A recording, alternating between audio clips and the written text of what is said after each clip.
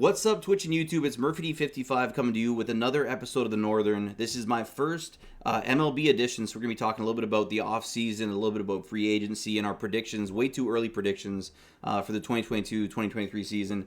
But first and foremost, I'll go around and introduce the panel that we got today. I'm really excited about collaborating with these guys. We got my guy, DadBods United, in the top left corner. What's going on, DadBods? How are you doing today, man? Appreciate you coming through.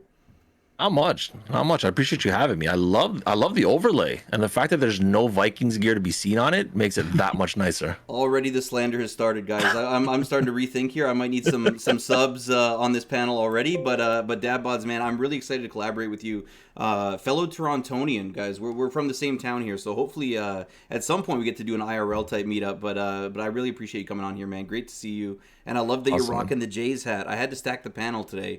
Because I was on the other side of it the other day when King Cov and Lominati came in, two Knicks fans on my NBA podcast. So now we're stacking the panel in the other direction. We got my man Big Kep, who you guys all know and love, or hate possibly. I don't know. He's a divisive individual. Rocking all Phillies gear. He said there's a wardrobe change possibly happen later in the stream. What's going on, Big Kep? How are you doing today, my friend? What's going on, man? Yeah, hey, you know I love being on here. I love chopping it up about sports. I can be unbiased. I can be non-asshole-ish. Yeah. It's finally nice to meet DadBods. I've known him for a little while. It's like I said earlier, it's good to put an ugly face to the name. I don't understand. Like, he likes the Blue Jays. He's from Toronto. He likes the Blue Jays, obviously.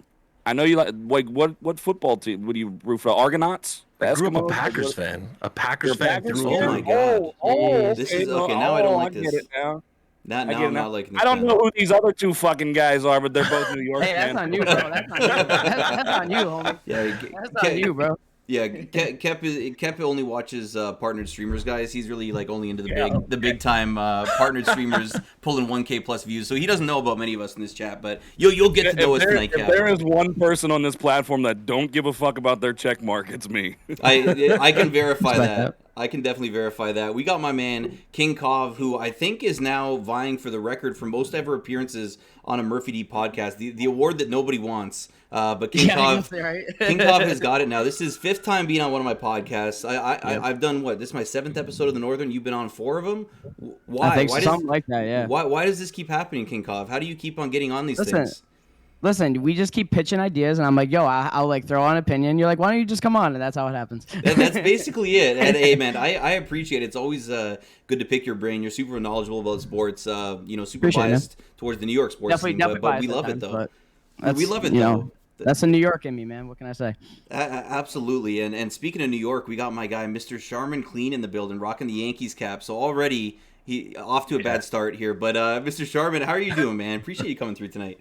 I'd say a great start. I don't know what you're talking about. I think it's an awesome start. But yeah, I mean, definitely a Yankee fan, but definitely the other side of the Yankee fan that's never happy. So I wouldn't say biased. You can't be a Yankee fan with a beard. Like you gotta shave that. Yeah, that's true. Again, I have a lot of problems with the Yankees. That's one of them. So I think it's 2022 and we can all grow up and we can all have beards now. I don't think it's a big deal anymore. But again, just one of my takes. Hey, I love it. Can we all agree that Johnny Damon looks terrible without a beard? Johnny Damon, when he came to the Yankees, I was like, who is this man? He needs to cover that up. There's certain people that need to have a beard. He's one of them. Roughneck Odor without a beard. Oh, terrible. I have no idea. I wonder if he even has he's got such a pointy beard, too. He's got a lot of shape to it, so I'm interested to see what he's going to look like. It's kind of shaven. Yeah, it's kind of a freak show.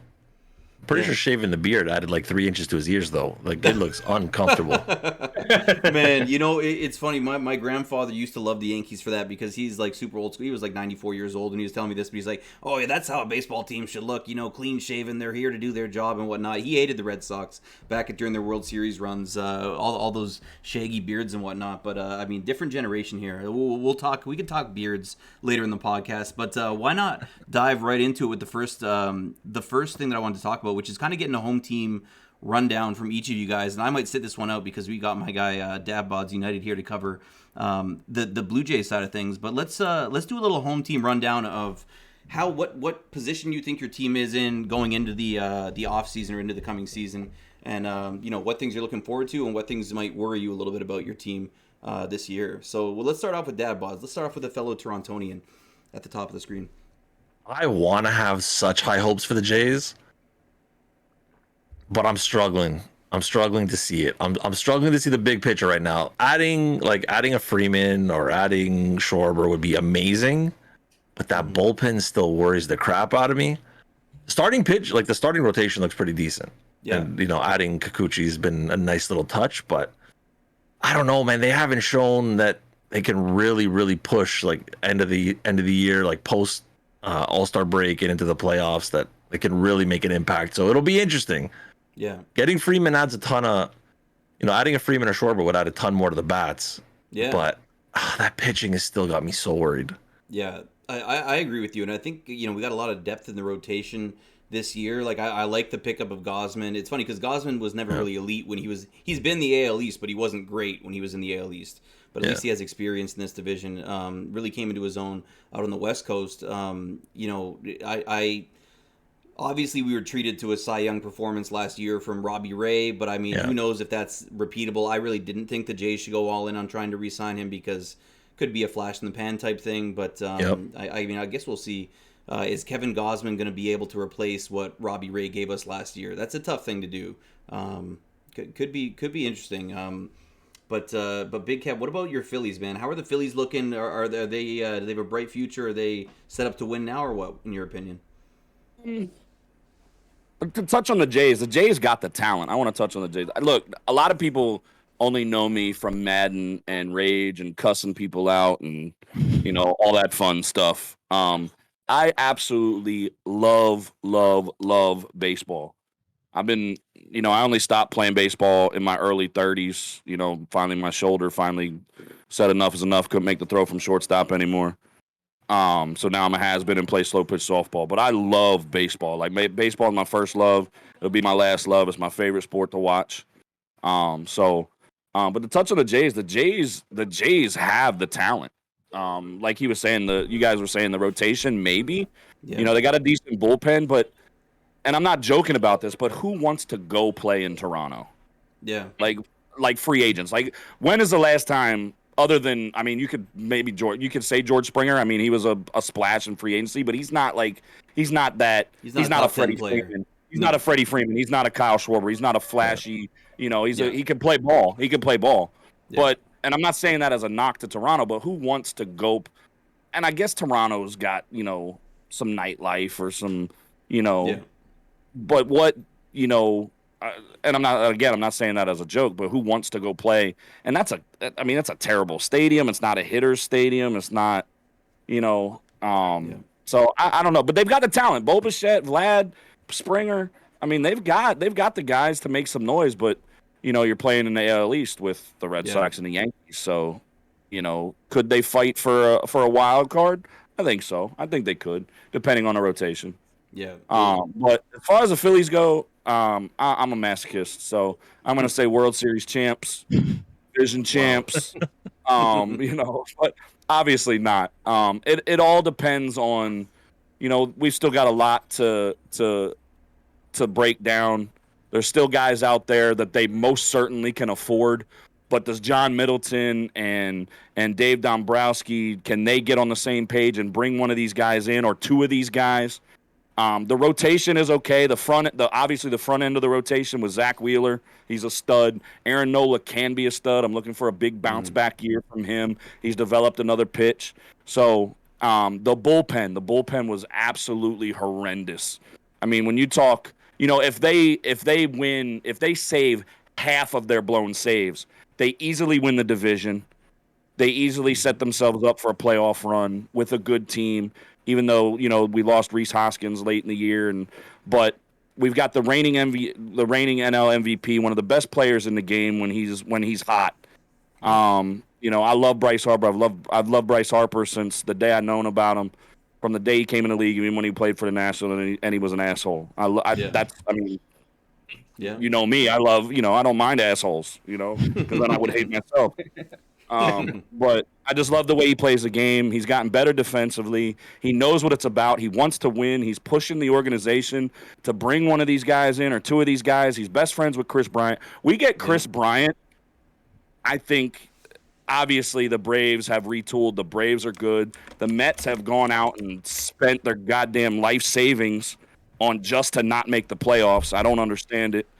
I'm just kidding. No. Kep will let you know.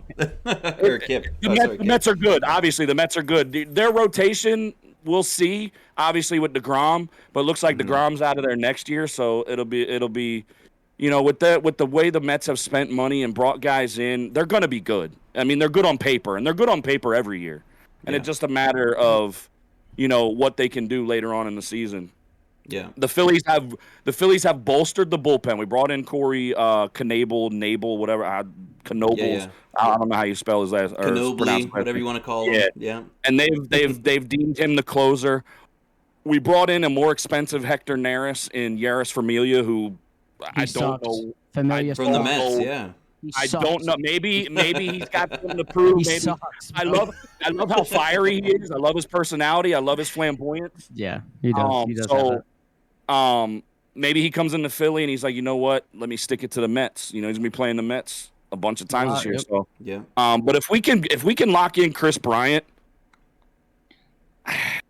Bryson Stott, we've got some good young guys. I don't know if maybe Bryson Stott makes the big club. I don't know. There's still a lot to unravel, and we start spring training, Thursday and Friday, and then opening day is April 7th. So there's still a lot of guys out there. Schwarber, Castellanos, Bryant. There's still guys out there. The Phillies, they have the money, and the one thing that will make me furious, and I'm still gonna love the Phillies because I eat, sleep, and breathe Philadelphia. I piss Ben Franklin. I have Declaration of Independence underwear and John Hancock signatures, a long signature. You get my drift. But if we can lock down Chris Bryant, and I don't know if Alec Bohm plays third, and Chris Bryant can go to the outfield. We brought back Odubel Herrera. I don't like that. I just can't root for a woman beater. He's a decent ball player, but I just can't. I can't bring myself to. Even when he does something good, hits a home run and all, I just can't bring myself to do it. With Osuna in Toronto too. He had a quick. I just can't. I just don't think there's room for professional athletes to be in the public eye or kids watching them. No, I don't know. I don't know. I believe in second chances and I believe in all that, but me personally. I just can't get down with it. So, but if the Phillies, I think the Phillies have it in them. Again, the Braves are good, the Mets are good, the Nationals just who'd they just sign? Who'd they just sign? Help me out. I know they just signed. I know. I just saw it too. I can't think of it, but they just signed a pretty decent player. I mean, they've lost some, but.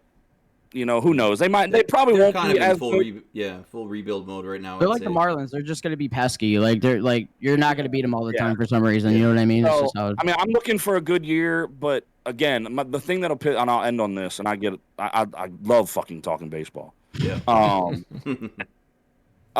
If they waste Bryce Harper's prime, if John Middleton says, you know what, he believes wholeheartedly that he lost so much money because of COVID.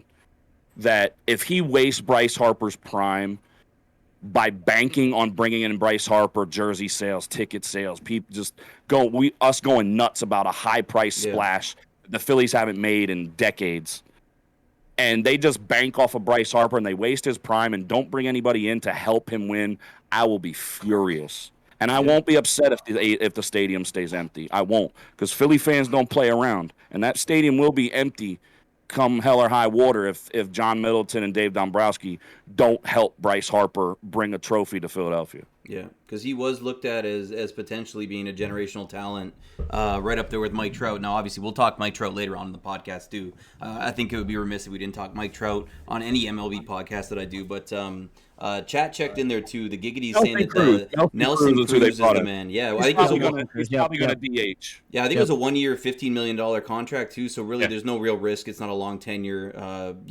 who knows? Nelson Cruz seems like one of the guys who's going to be signing 1 year contracts. He's a perfect DH. He really is. The guy hits missiles, though. He really does still hit missiles, and it's insane. One of the most, one of those hitters where, kind of like a la Barry Bonds, where his numbers into his late 30s just kept on climbing and climbing and climbing. So, not going to make any assumptions there, but he is a good player. Let's move over to King Cobb. Can you give us a rundown of how the Mets are looking, in your opinion, what your expectations are for the season coming up? Yeah, honestly, I think Kep like literally nailed it. It's like every year the Mets they look so good on roster.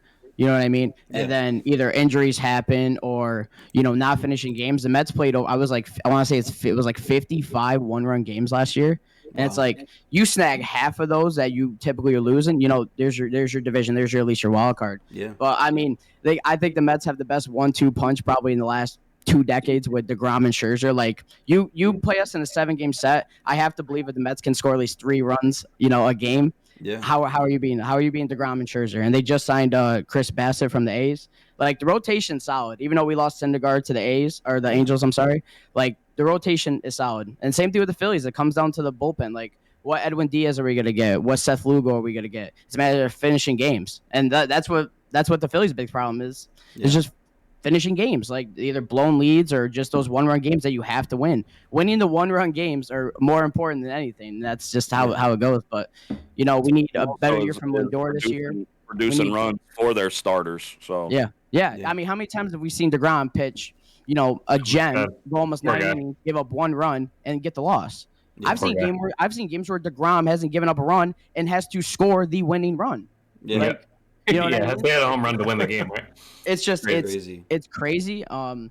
Like Mets fans, we're any New York sports fan, we're crazy. We're like passionate as hell, and like we ride for our team, whether it's bottom of the East or like in 2015. Man, I'm not gonna lie to you. I cried my ass off when we lost the World Series of 2015. I still haven't forgot about that shit, and it's been almost 7 years. So we're passionate, and unfortunately, like last year, when you get guys like Lindor in here, the excitement is just so high, and then when it doesn't pan out, which it didn't. Lindor was hurt a lot. Pete was out for a little bit. DeGrom was on pace to have one of the best starting pitching seasons in history. Yeah. Like his numbers through the first month and a half, he was batting 500 through the first month and a half. Like outside of just that, the dude was batting 500. Like so. On paper, the Mets look absolutely fantastic. With that, you got now the DH involved, so now you can throw guys like J.D. Davison, who maybe aren't great infielders, throwing in, get an extra bat, and that's what it comes down with the Mets. If the Mets score runs, the Mets win games. Yeah. And with a kind of a crazy division, with the Braves coming off a World Series championship, the Nats just won a championship a few years ago. Like it's a pesky division. Same thing with the AL East, and like that's why we were talking about the Jays. Like the Jays could sneak in too. Like. But with it being the Red Sox, Yankees, the Rays are still good, even with a low salary. Like the 2 East divisions it's chaos. Year, yeah. It's chaos. It's like, and then you got like the Marlins and Orioles, who are just like the bottom of it. But it's gonna be a wild year for both divisions. But I have to believe it's. I don't know if I'll say World Series or bust, but they have the team to do it. So I guess I'll just be that Mets fan and be like, let's just get in the playoffs. Let's just win the division, because if you win your division, you're automatically in the NLDS. You get those first 2 home games. And I just have to think, with that being said, like if it comes down to we get to host the NLDS, having DeGrom and Scherzer back to back, like I don't know how anybody beats us. I don't know what team right now with a hitting roster that can consistently beat the Mets when those guys are healthy. So it comes down to health, and it comes down to scoring runs. If they score runs and stay healthy, I see the Mets win 95 plus games. Hey, let's go. I think 95 definitely gets you in the playoffs for sure. Go for it. The DH opens up so much for so many teams. Mm-hmm. You can rest Pete Alonso. You don't have to play first every day. Yeah. So, I mean, you got Dom Smith too. Dom Smith was terrible at first, but guess what? The dude can hit, man. He had a great the 60-game season, the shortened season. Dom Smith slugging, I think he was first. I don't think it was in the league, but he was first in the NL in slugging. Like he had a really, really good year at the plate during the COVID year. I think there was did they do a little DH sample that year with this 60-game sample? Oh, I don't remember if they did that. Yeah, did they? I don't remember if they did. Like I said, that 60-game set, you know what I mean, with the COVID going on. I mean, I'm happy like we got a season, but the Dodgers literally got a Mickey Mouse championship. Just saying. Yeah, honestly, that's for something we normally get 162 games like that. That's really just it was nice for the fans and everything. It's not the same grind that you go. You don't know who the best team. You don't know who the best team in baseball is after 60 games. Yeah, normally you got to wait till there's really, no like that. No. Yeah, you gotta wait till August to get any kind of meaningful baseball whatsoever, really. Dodgers fans are gonna hold on to it because they got their hearts broken so many times, but that was a Mickey Mouse World Series. Like it just was like. They still had to win a 7-game series. No, they did. I'm not discrediting it. I just think it's like, but it would have been better if you didn't lose to the Red Sox and lose to the Astros. The Dodgers are just one of those teams. People The Dodgers are just one of those teams people love to hate. Same with LeBron winning his Mickey Mouse bubble championship. They're gonna hate on LeBron for winning. I mean, you're hoisting a trophy. The only trophy I don't agree with is the Astros. I think that one should be nixed. Oh yeah, that's a whole other discussion. That's a whole other discussion. Yeah, damn, that is. I'm already taking notes here for my next podcast. But no, that's a very good point. I think Dodgers too re-signed. I saw Clayton Kershaw to a 1-year deal. I think so. He looks like he's at this stage. Yeah, he belongs in LA. There's no reason he should be anywhere else other than the Dodgers. And they're probably the favorite again, honestly. When are the Dodgers not the favorite? So. Yeah. Well, I mean, Freddie's that's a Freddie location. That's a high-touted location for Freeman. Freddie Freeman. They're definitely front runners. Yeah, but I think the one understated thing that, and I hope I'm wrong, is the one thing to keep an eye on this season is going to be the injury bug. Like I've heard from even a lot of like semi-pro athletes, pro athletes, and even a couple MLBers around the show community. Injuries for this, late start season, not getting proper reps, having the season up in the air with the lockout and everything, like injuries could be a big factor this year of players not being ready, not going through their normal reps, not getting the proper care while they're off, on injury or trying to rehab for the season. So I think that may be something to watch, especially early days. Yeah.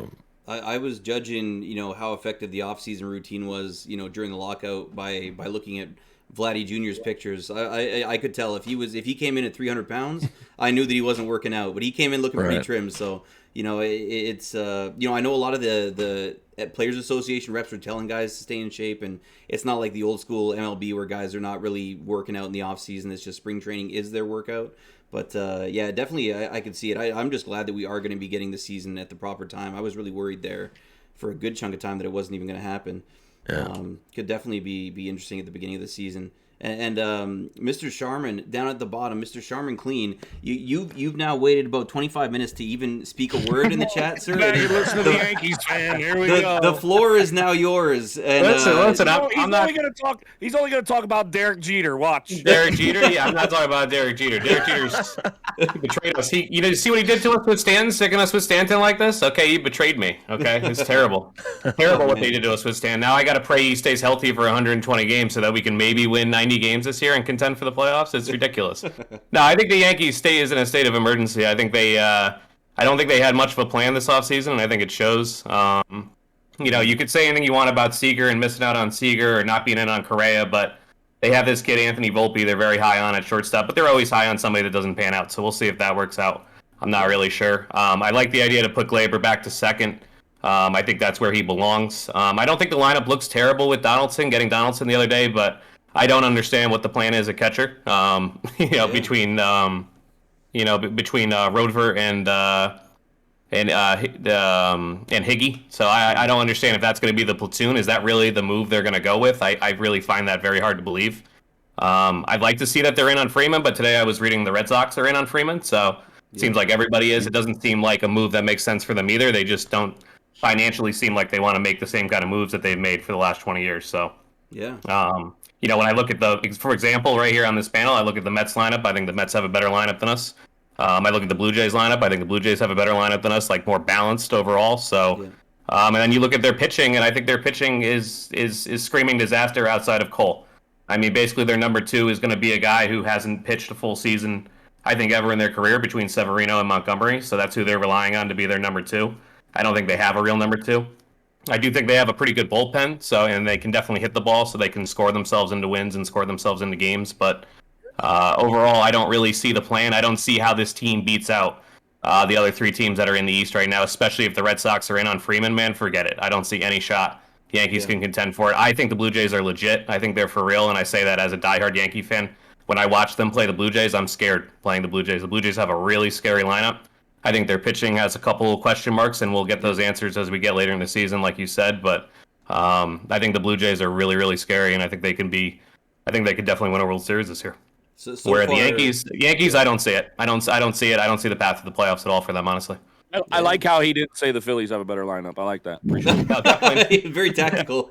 He started it with, I'm going to be honest. So yeah. I'm just going to be honest. I don't like what they're doing. They say they have a bunch of plans, but again, this has been the Cashman thing for 10 years now, that they have plans and they have guys coming, and I don't see them. So yeah, I was definitely scratching my head at their moves. at their moves over the last few days. But let's be honest. Let's be honest. Murphy D could be inserted into that lineup in that little league stadium and hit 20 bombs. Well, that's what I'm saying. So, like, when you look at Donaldson, right? Like, Donaldson's not a big deal. Yeah, he could probably hit 40 home runs in the stadium. It's actually probably not a terrible move. But now, what's the plan at catcher? What are we doing at catcher? We're platooning these two guys who probably can't hit 220, and that's replacing Gary. I just don't get it. It doesn't make sense. And then it's much easier to pick up a third baseman. And they're crying foul with money, and they're not. And they take on all of Donaldson's $50 million for his salary. I just don't get it. Imagine a Steinbrenner complaining about money. But that's what they are now. They're just like a ticket show. They're designed to hit 40 home runs, like you're talking about, sell a bunch of seats, and they don't care what happens in the postseason. That's what the new leadership is. It's kind of sad. Can we at least say that the one thing you have going for you in New York is that you guys still have a good bullpen? That everybody else complain about their bullpen. Everybody else complain about their bullpen. We definitely have a good bull. I don't think it's like unbelievable, but we definitely have a better bullpen, I think, than most of baseball. They lost a lot of big games down the stretch though due to their bullpen. Chapman literally had a month where he was in shambles. Like go watch all the walk-offs from the playoffs from the last couple of years. They all end with Chapman smiling, walking off the mound because he thinks it's a joke. So that's just that's what they've become. They really have become pretty sad with the way they do things now, and watching the Mets have such a successful offseason and watching the Yankees do nothing about it. As a New York fan, I was like, wow, that really says something that they're just going to sit back and not do anything, which is why I believe they might still be in on Freeman or Correa, because I find it hard to believe they're really going to go this whole offseason and not make a move. Yeah. Murph, can I have one more thing quick? Please, go for it. I just want to. I forgot to. I meant to mention. I forgot to mention that the other three didn't mention about their teams. The Mets bringing in Buck Showalter as the manager, massive dub. Massive dub. I think he is such a good fit. I think one of the biggest problems with the Mets over the last forever is that they just haven't had a good manager that has been putting lineups together appropriately, putting bullpen guys in the right situations. I think he's got that fiery attitude, and I think it's going to be so good with the young guys and the couple vets we have. And I think that alone pushes a little bit more than we had, because we had Rojas. He was with the team since 2007. He was just kind of an in-foundation guy that they brought up and ended up becoming the manager after, the Mets manager position has just been kind of back and forth, with Terry Collins after the World Series loss and everything. So I think bringing in a guy with experience like Buck Showalter, you can say whatever about his record with the Orioles. It wasn't like fantastic, but I just think that attitude and his persona in New York with this lineup is also it's so important. I just think the Mets have just not been good with situational baseball, and a lot of people think, this team had a lot of home runs and that's going to win you games. Like managers are a huge part of whether or not you win games. I mean, I have a lot of obviously Yankee friends up here, and it's like I can't even imagine like how many fucking Yankee fans have gone to me and how much they hated Girardi, just the poor decisions, how much it loses you games. And I just want to say, managerial wise, I think the Mets took the biggest dub as far as that, because I think that's just it's a name that I wasn't expecting. It's a name that has like I said, that fiery attitude to it. A lot of people know who he is. He's a veteran. And I think with this lineup alone, with guys like DeGrom, with guys like, I think it's just going to create a better atmosphere rather than Rojas. Rojas had no nuts on him. Like anytime there is a time for a manager to argue a call or something, it was always low energy from him. And I think Buck be the smallest. Will argue like crazy. The Mets could be up 8 runs and it could be a close call at first, and it's going to be fucking war, man. So I think that alone is going to be that move, man. I think it's awesome. We thought the same thing with Girardi too, with a fiery attitude, and players today don't respond to coaches like that. No. So it could be hit or miss with Showalter. Obviously he didn't have the talent in Baltimore. He still won some games, and he's a good manager. Don't get me wrong, he's a good coach. But I don't know that guys like that have the propensity to overcoach. Yeah. And with that, with the Mets being as young as they are, and with the guy, like, could you imagine Buck Showalter and Scherzer going at it, and, like, on the mound when they're going, what he's going to take? It's gonna be fisticuffs. Those are hotheads. It's gonna be dicey. I ain't gonna lie to you. Going at it a time or two in the dugout. I just can't wait. I can't same wait with Lindor. Lindor. For it. Yeah. So and I love Buck Showalter. I love the way he coaches. He's an old school coach, but we'll see. Not saying that it's going to be the demise of them, but he may have a Girardi type meltdown. You know what I mean? And I love Joe Girardi. Like I love that pickup when the Phillies got Joe Girardi. And obviously it's only been 1 year, so hopefully I don't, they're not going to change. Girardi's not going to change.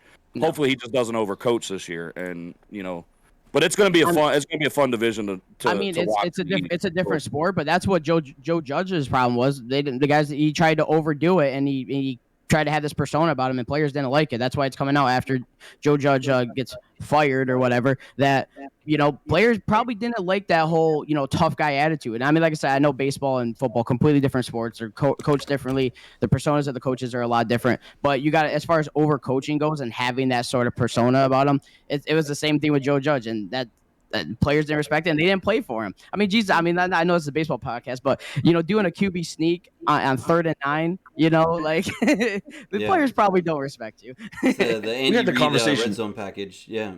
We had the conversation in Toronto on the opposite of the spectrum with Montoya being too much of a player's coach and bombing games early that were winnable games, and the decision making, that killer instinct didn't seem to be there. Trying to give too much belief in the players, trying to win the players over rather than worrying about the game. And so, we're kind of on the opposite end of the spectrum right now with Montoya. As much as it looks like the clubhouse loves him, you could go back, especially before the All-Star break, and really question some of the ways we lost games early on. I wonder if part of that is him looking at, my best players on my team are 22, 23, 24 years old. So I want to win these guys over now because I want them to be with the organization and growing together for a decade. So I wonder how much of it is trying to endear himself to them now. And if he does, because the Jays were not really looked at as a win now team. When we snuck into the wild card in that shortened season, that was a big surprise to me. I didn't think we were close going into that season. Last year played really well. Now I think we're getting into more of a win now type mindset, but still also competing for the long term. But yeah, definitely Montoya with some questionable calls. I was just thinking about Buck Showalter. I can just picture. I give it 1 week until one of his coaches comes up to him and mentions sabermetrics, and he just absolutely punches the guy in the face. I just can't even imagine. Can you imagine working with Kevin Cash or somebody? He's so old school. But I got respect for Buck Showalter too. But I think the comment of the night in the chat right now, CJ Iceman in the chat says leaving Britton in the bullpen. That's what I remember Buck Showalter for. Wild card game, Jays versus Orioles, best relief pitcher in the league. Edwin Encarnacion comes up to bat in probably the 10th inning. I think it was in maybe 10th or 11th inning of extra innings, and he does not bring in the best pitcher. Edwin hits the walk-off home run. So I will always love Buck Showalter for not bringing Britton in, because God knows we wouldn't be able to hit that guy. But yeah, definitely good points made, guys, on the home team rundown. You guys crushed it on the first topic. We got about 42 more topics, so expect to be here for about an 8-hour podcast at this rate. Who's ordering Chinese is gonna be a late night. Yeah, exactly. No kidding. I got sushi. Look, I got sushi coming from Publix. All right, let's come on. Let's go. We're good to go. The next thing I wanted to talk about, guys, was some of the free agency buzz. Stories or players or signings that you like that you've seen so far, or signings that you've seen in free agency that you maybe think are a bad deal for the team that's taking those players on. And maybe we'll just continue going around the horn here, starting off with DadBods at the top. Any signings that you are a fan of or disapprove of so far? You know what? In terms of disprove of, not really, because outside of the Jays bubble, I don't really go too deep into what everybody else is doing. I think the one that I'd be more excited about, honestly, over Freeman would be Schwarber. I think it's a more effective signing and a more efficient signing for us. I was listening to a couple of analysts today, and they raised a good point that I hadn't really considered before. After the season that Vladdy had, adjusting to first base and the way he played that position and adapted to that position, is that something you want to mess with, bringing in Freddie Freeman and pushing Vlad to third? Yeah. Is that dynamic something you want to pull right now with a kid that is super comfortable? Came in last year, had let's face it, if there's no Ohtani, he's MVP, clear-cut MVP. Yeah. Where Schwarber gives you a little more, versatility. Throw him out in left field, throw him out in the outfield. Can he still play catcher at all? Probably not, right? Maybe in a pinch, he could come in as a catcher. Probably, yeah. A handful of games. In certain situations, yeah. A handful of DH games, but it gives you versatility. I would rather see something like a Schwarber go down with maybe some more bullpen help. Then go all in on Freeman and take your chances with Vladdy at third. Yeah. I've seen enough, I think, of Vladdy, and he is still super young, but just his frame and his body. I don't see him projecting to be a third baseman 10 years down the road. Like I even 5 years down the road, he's just naturally, no matter how hard he works to stay in shape, he's naturally going to be a heavy set dude. I think he looks supernatural playing first base. He looks like a first baseman. He's Cecil Field. He's Prince Fielder. He's Prince Fielder. That Yeah. man don't belong out there playing defense. Yeah, agreed. No, agreed. Look, watching him make some of those split plays, I was impressed. I'm not gonna lie, watching a guy his size get down that low. But I mean, first base right now, he's comfortable. He's playing well. He's got all the confidence in the world. Let him ride that out.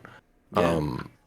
So that's where I'm excited to see. But to Kep's point a little earlier, Toronto is a difficult market to be a fan in because athletes don't want to come here, whether it's for the location, the nightlife, the party, the lifestyle, or just the taxes and the exchange. Like there's so many factors that go against us in Toronto, playing in things like the MLB, NBA, the NBA. We've had the same problem in the NBA. We've been contenders with nobodies, essentially.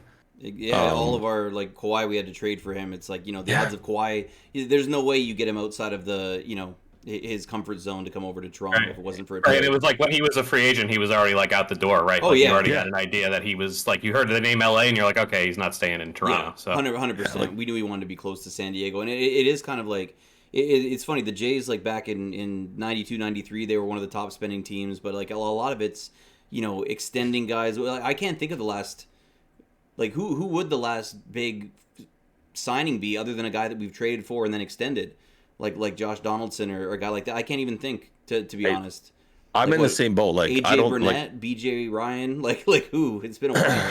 2005, 2006, when we went out and signed 5 mediocre BJ Ryan guys. Yeah, man, I know that was a ridiculous contract. We won't talk about that.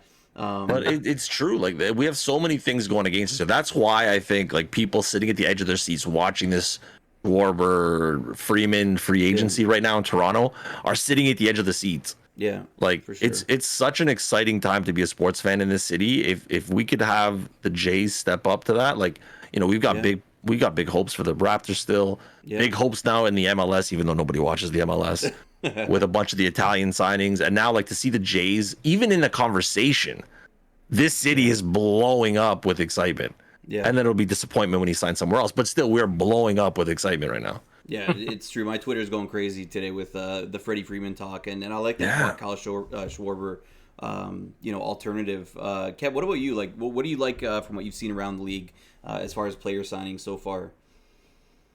I honestly thought it was going to be more exciting than it has been. I mean, we're so baseball. The off season with baseball is so boring. Look how long it took Bryce to sign. I mean, I don't know how many times I changed my opinion on Bryce Harper, and then when he finally signed, I could have stripped naked and ran around the neighborhood. But I mean, I like, obviously, what the Mets have done before this. I like what they've done. The Braves, what they've done. The Dodgers, obviously.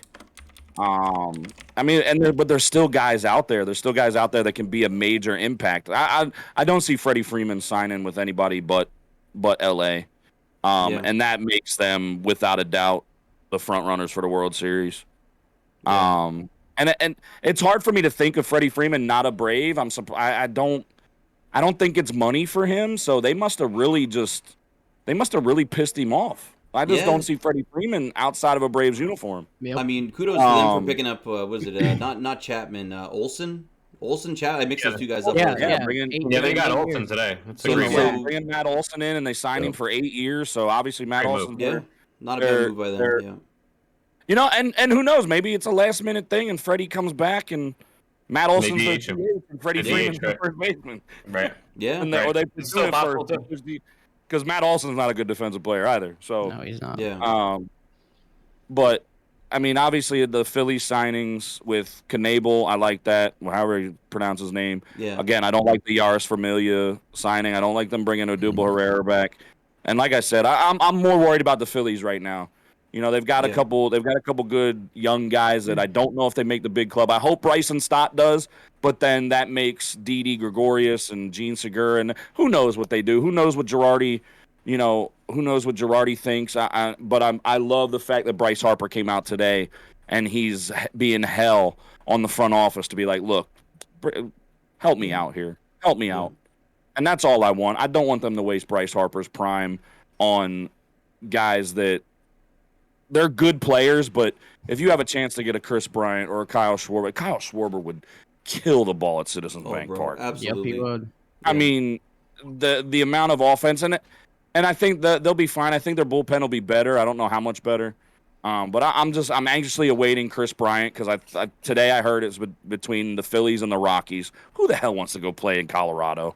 I mean, if you're an offensive player, sign me up. If you're a pitcher, hell no. Yeah, he wants to win though. Like we all know what Chris Bryant can do. Wants to win. That's what I'm saying. And him and Bryce Harper are best friends. Him and Bryce Harper are best friends. I mean, it's a no-brainer. No, it seems like a no-brainer. He's got to go to Bryant. We get Chris Bryant. That's not a Bryce Harper signing, but we get Chris Bryant. There's no reason Kyle Schwarber wouldn't be like, take a little bit less. I'll take a little bit less to go play in Philly. Kind of Nick crazy. Castellanos. I'll take a little bit less to go play in Philly to win a championship. Yeah. So I could see it. You know, it's funny that a lot of these names that are coming up in free agency are, kind of remnants of this Chicago Cubs, team that kind of broke the curse of the Billy Goat and instantly became a team that's kind of in shambles now. Like it's funny, Theo Epstein going over there trying to replicate the success of Boston as far as longevity goes after breaking the curse, and it really just didn't happen over there. I saw the Cubs, I think, sign Marcus Stroman again, like a guy who was fantastic for the Jays. I love Marcus Stroman, but I don't know how much he's got, in the tank. I don't know. Yeah, I know some Cubs fans, and I know the Cubs fans love baseball. Bro. Yeah, but to be a Cubs fans and see all the money they make with the Ricketts and the TV contracts and all the money they make, to let guys go and not bring anybody in, really, like I'm glad I'm not a Cubs fan. Yeah, I would be furious. Yeah, beautiful stadium too. I was lucky enough to go out and catch a game there. They had the chance to win multiple World Series, not just one after 118 years. Multiple World Series, and people want to go play there. Let it go. Yeah, absolutely. I totally agree with that. It was such an odd, it was a really quick turnaround and quick rise once Epstein got there, and then it was a really quick fall. Like I don't think I thought that they would be in such different spots, only like maybe a few years apart. Cobb, what about you, man? What have you seen from around the MLB free agency? Any savvy signings that you've noticed or that caught your interest? Yeah, first, I just want to add as far as Kev goes with wasting Bryce Harper's career, I think that I agree with him too, and him being on the front office too, is because, the beauty of baseball is, it's so wide open, man. There's a couple teams aren't going to win it, but, look at the Braves last year. The Braves lost Acuna. They weren't even supposed to win the division, right? Yeah. You know what I mean? Losing that, they weren't even supposed to get division. They weren't even supposed to get past the first round. Same thing with the Nationals. The Nationals, 60 games into the season, the year they won it all, they were under 500 by 15 games, and they ended up winning it all. So that's the beauty of baseball, is you never know. And frankly, outside of the Dodgers and maybe a couple teams like the Astros and others in the AL, the whole league's wide open, man. You know what I mean? Yeah. So I totally agree with Kep on that, and wanting to push front office to go get that one big guy, because all it takes is one little run, a couple hot months. You know what I mean? You end up winning a division and win it all or whatever. At least have a chance. But as far as free agency goes, I'm kind of like DadBods as far as I don't look too much past outside of what the Mets are doing. But I'm very curious to see where Carlos Correa is going to go. That's a big name. That's still, I think that's a bit other than Freeman, but we kind of have an idea where Freeman. But we don't really know what Correa is going to do. We don't really have an idea. At least I haven't heard anything. Positions. He's a little bit more versatile than just being a first baseman. So. Right, but one I don't think got discussed, I don't think a lot of people talk about, is Jesse Winker to Seattle, man. Jesse Winker name kind of blew up over the last year or two, man. The dude hits fucking nukes, bro. From Cincinnati? Is this the guy from Cincinnati who was going crazy last year? Yeah, the dude hits fucking nukes, and I'll tell you what, Seattle had a great end of the year last year, and I think you throw in one more bat like that, the dude drives in fucking runs, and I think that's one that I'm not sold on a guy named Jesse Winker who had good year. Listen, when his name first came about, we were playing the Mets, and he made a diving catch to win the game, and he fucking said bye-bye to the fans, and I thought he was a fucking asshole from right there. So I don't personally like the guy either. But the dude hits nukes. The dude is known to hit nukes, and I think a place like Seattle, where like Seattle's a very weird team. You know, I think they're still the longest, tenured team without a postseason appearance or something. They're up there with that conversation. But I just think that's one that isn't really getting talked about. But as far as the Mets go, adding Chris Bassett from All-Star pitcher from the A's to give it to DeGrom, Scherzer, and Bassett, like that's a killer start in 3, and then 4 and 5 are kind of your interchangeable pieces as starters. Whether you got to bring a bullpen guy up like Seth Lugo to maybe start a game or two, or David Peterson, a young kid that we brought up a year or so ago. So I think that alone is a great signing. Also with Adam Ottavino, another veteran arm, kind of got that weird release, adds a little bit extra funk to the bullpen, and I'm happy with those 2 signings because I think they kind of fill the gaps that maybe the Mets fans were kind of a little bit concerned about, with obviously losing Noah Syndergaard to the Angels and like that one kind of drives me crazy because he signed with the Angels for only $1 million more than he would have got with the Mets. And he was saying just a few weeks prior how he was really keen on staying with the Mets and he wanted to play with DeGrom and he wanted to get healthy because Noah missed pretty much the whole season last year. And then ended up coming back when the season was kind of over just to kind of get reps in and see where, what kind of value he had. He's got to be a California boy, though, with that hair, I imagine. He looks like a surfer boy. He's got to go I can't argue for anyone wanting to go play with Trout and them boys. But, no, man, I think, it's nothing crazy, just a couple pitchers. But I think, when you fill gaps that, might end up winning you more games than maybe you would think, it's important. And bullpen is huge in baseball, obviously. So it can win you a World Series, it can lose you a World Series. That's why the Mets lost in 2015. So I think having that to maybe ease the stress that Edwin Diaz feels and Seth Lugo feels, because Edwin Diaz you never know where you're gonna get out of that guy. He's either gonna strike you out on 9 to 10 pitches, or he's gonna blow a 2 or 3 run lead in the 9th. So I think adding a veteran arm like Ottavino, guy was I think with the Yankees for a little while. I think it's a great. I think it's a great signing, and with the owner the Mets have, the Mets are not done. That's the beauty of it. I don't think the Mets are done. With this owner, like he's going to spend, and I love it.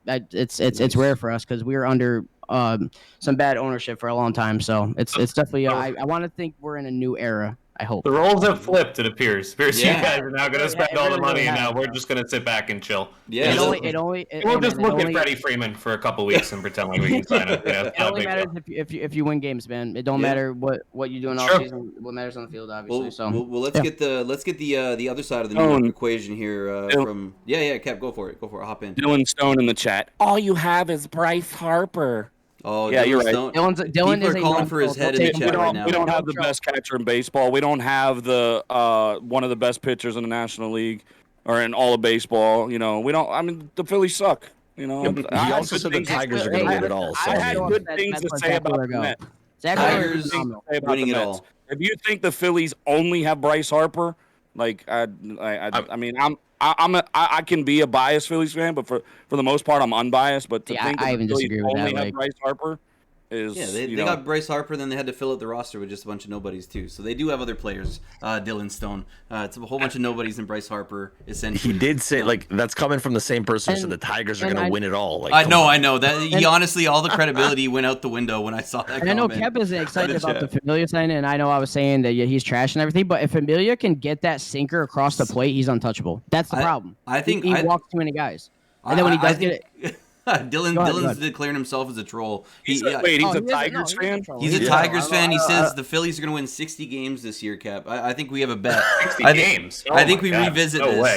Yo, listen. Can I take action? Dylan's a fucking Tigers fan, so don't even listen to him, bro. 60 games. The water in Michigan is better than the Tigers. Oh God. Oh man, that's nasty. That's nasty right there. That is nasty, bro. Oh man, let's hop over and get my guy Charmin's take on this here. What have you seen around the league? Signings that you maybe wish the Yankees had made, but you saw other teams go out and make. I wish I could talk about the signings the Yankees made, but the Yankees just did nothing the whole offseason, so there's not too much to report.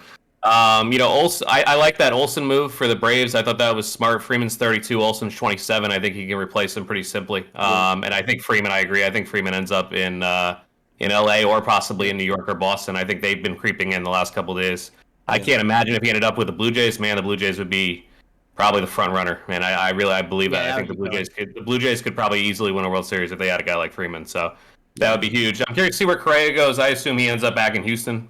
I don't think anywhere else really makes sense for him unless the Yankees jump in on him, which again, it just doesn't sleep like they're going to. And really, those are the only two teams I've heard anything about Correa. It's just Houston and New York. But I think it was Keith Law or somebody was reporting today that they were talking about Correa's contract in camp today, and all the players are excited. So to me, it seems like he's going back to Houston. I just don't think anybody budged on what he wanted money wise. So that is what it is. I'm also kind of curious to see where Trevor Story goes. The Yankees still need a shortstop, by the way. They actually don't have one. Just by the way, we don't have a shortstop. The season starts in a couple weeks. That's how that's just how how little the Yankees have cared the last couple of years. They don't have a shortstop right now. Yeah, shortstop and catcher aren't really premium positions, right? So that's no problem. They just Trevor Story still being out there. Yeah. Just by the way, Trevor Story's still available. There are a lot of guys that are still available, on this market right now. So like you said, Castellanos. So there's a couple still guys that we got to see where they end up. They've been saying Story to the Yankees for a little while. That would be a nice little fit for them. I think that's exactly what they need. They just need some defensive stability there. If they're going to go with the defensive stability angle with this whole team, with the catcher and everything, then they might as well finish it up at shortstop too and get a real shortstop. So I'm hoping they can add somebody like Story. But we'll see. I don't know. They haven't budged all offseason, so who knows? But I do really like that Olsen move for the Braves, and I really like the Mets stealing Scherzer away. I thought that was huge for them. I think that's something they would have never. I think that's something they would have never done 10 years ago, and I thought that was an awesome move by them. And then to go out and get Escobar too, and add him with Lindor, I think that lineup is really scary too. And I don't know. I'm just getting used to being the second best team in New York. I think so. We'll have to see what happens. But you had your decades. We had our dick. I mean, listen, it is what it is, and the ownership's totally different now, so it's like a completely different mentality. So it's taken me some getting used to, but I'm starting to be the pissed off Yankee fan now, and I'm kind of liking it because. I feel like I've been right about them for a couple of years. They've been irrelevant for a couple of years now. That game last year, the 1 year playoff game last year, or the 1 game playoff, they had no shot at winning that game, and it was embarrassing. So they've been irrelevant for a while now, and I'm happy to see the Mets taking reins, and they were spending the money this offseason, and I hope they have a good year. Absolutely. And one team that hasn't come up in this free agency discussion is Texas Rangers. I've seen out there spending big money this offseason. First of all, picking up. They have no pitcher.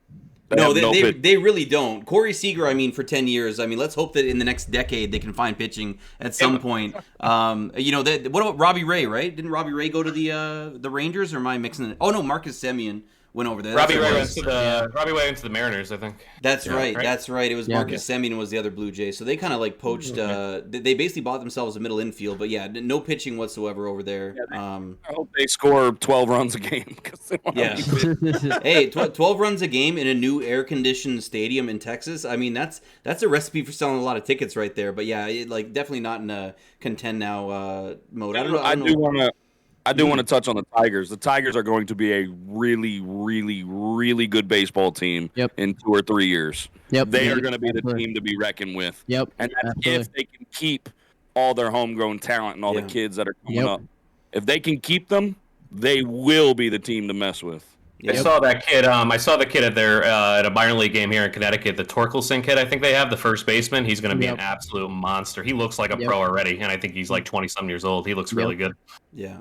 Man, it's funny. The Tigers were kind of that big spending team for a lot of years back when they had Verlander. They would always make big trade deadline moves, and now seeing teams that are able to go from that big payroll and then do it with homegrown talent, that's kind of the most sustainable way to do it. That's kind of for these, and Detroit's a fairly large market team. They're not a large market, but they have a very wealthy ownership group from what I've and they're not afraid to spend money when they get close to competing. So if those young guys develop, definitely could be interesting there. Just don't drink the water. Just don't drink the water in Flint. Absolutely, we got lead poisoning coming in there. So we've gone around the horn here, guys, with free agency. Who would you guys say as far as contenders, early season contenders? There's still a lot to be seen with the rest of free agency, with injuries, with all kinds of different stuff that could happen between now and then. But who are a couple of the teams in the league? Could be AL, could be NL, that you think are legit championship contenders off the top of your head. DadBods, what do you think? I think we touched on it a lot tonight. You look at the Dodgers up and down, and I don't know, safe to say they're probably the number one in most people's eyes. Yeah. I'd love to sit here and be that Jays fan and be like, yeah, we're gonna dominate everybody. No. I think they're probably the team to beat. I think the Astros RQ. Mm-hmm. There's a lot of teams that are like on that cusp, and like I'm looking at the list of free agents available. There's still a lot of big potential in that free agent list, and a lot you of know stuff that that could still happen. yeah, like this could change the dynamics. I think if I don't know, maybe safe to say the parity across baseball right now is pretty nice to watch. Yeah. You know, outside of that Dodgers team looking like not a clear cut favorite, but a favorite. It's kind of exciting to look down look through your own divisions and be like, wow, like there's 2-3 teams that are going to compete. It's going to be some fun baseball. Yeah. Yep.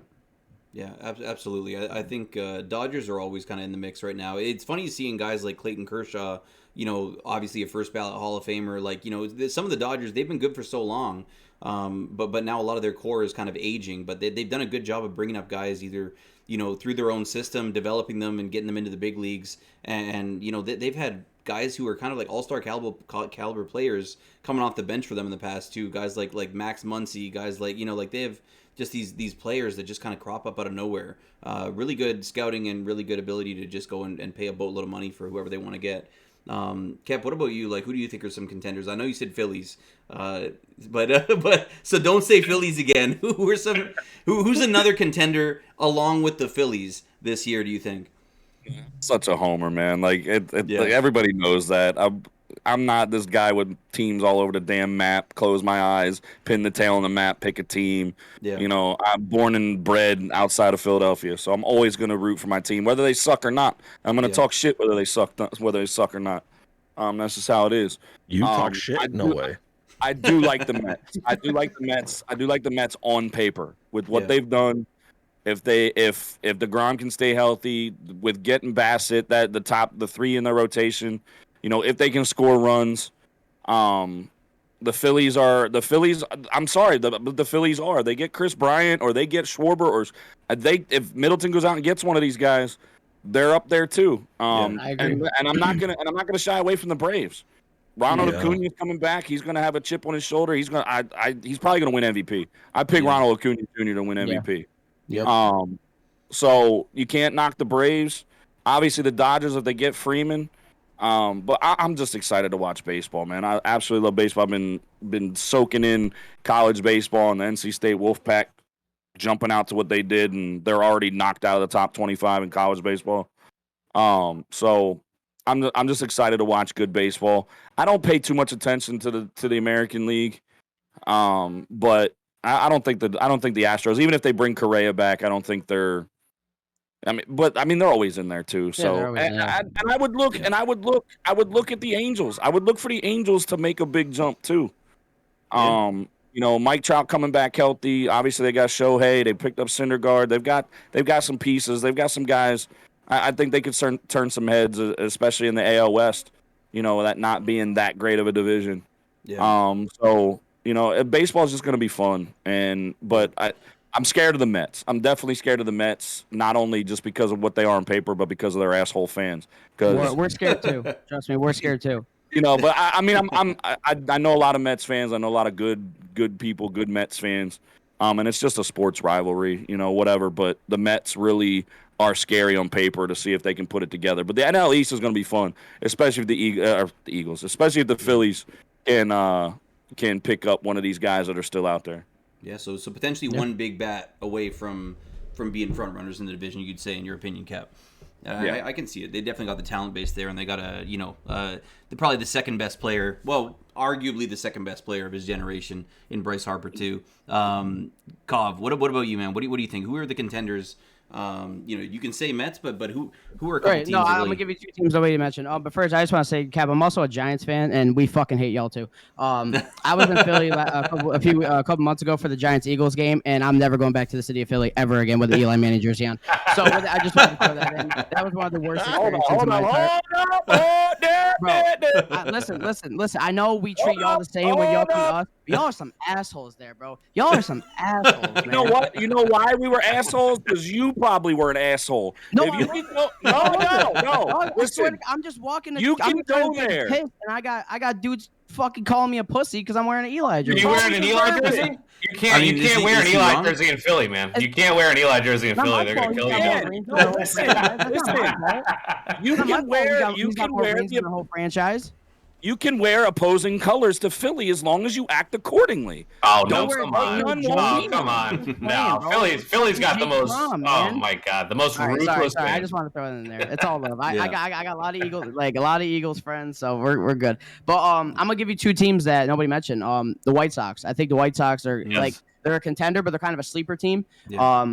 They play fucking hard. They had a bad matchup in the postseason last year, but I think that's a team really nobody wants to play if it gets down to a 7-game set. They play hard. They're in kind of a funky division now with especially with it's kind of weird with the Indians, well now the Guardians, you know what I mean? That's just it's kind of a sloppy division.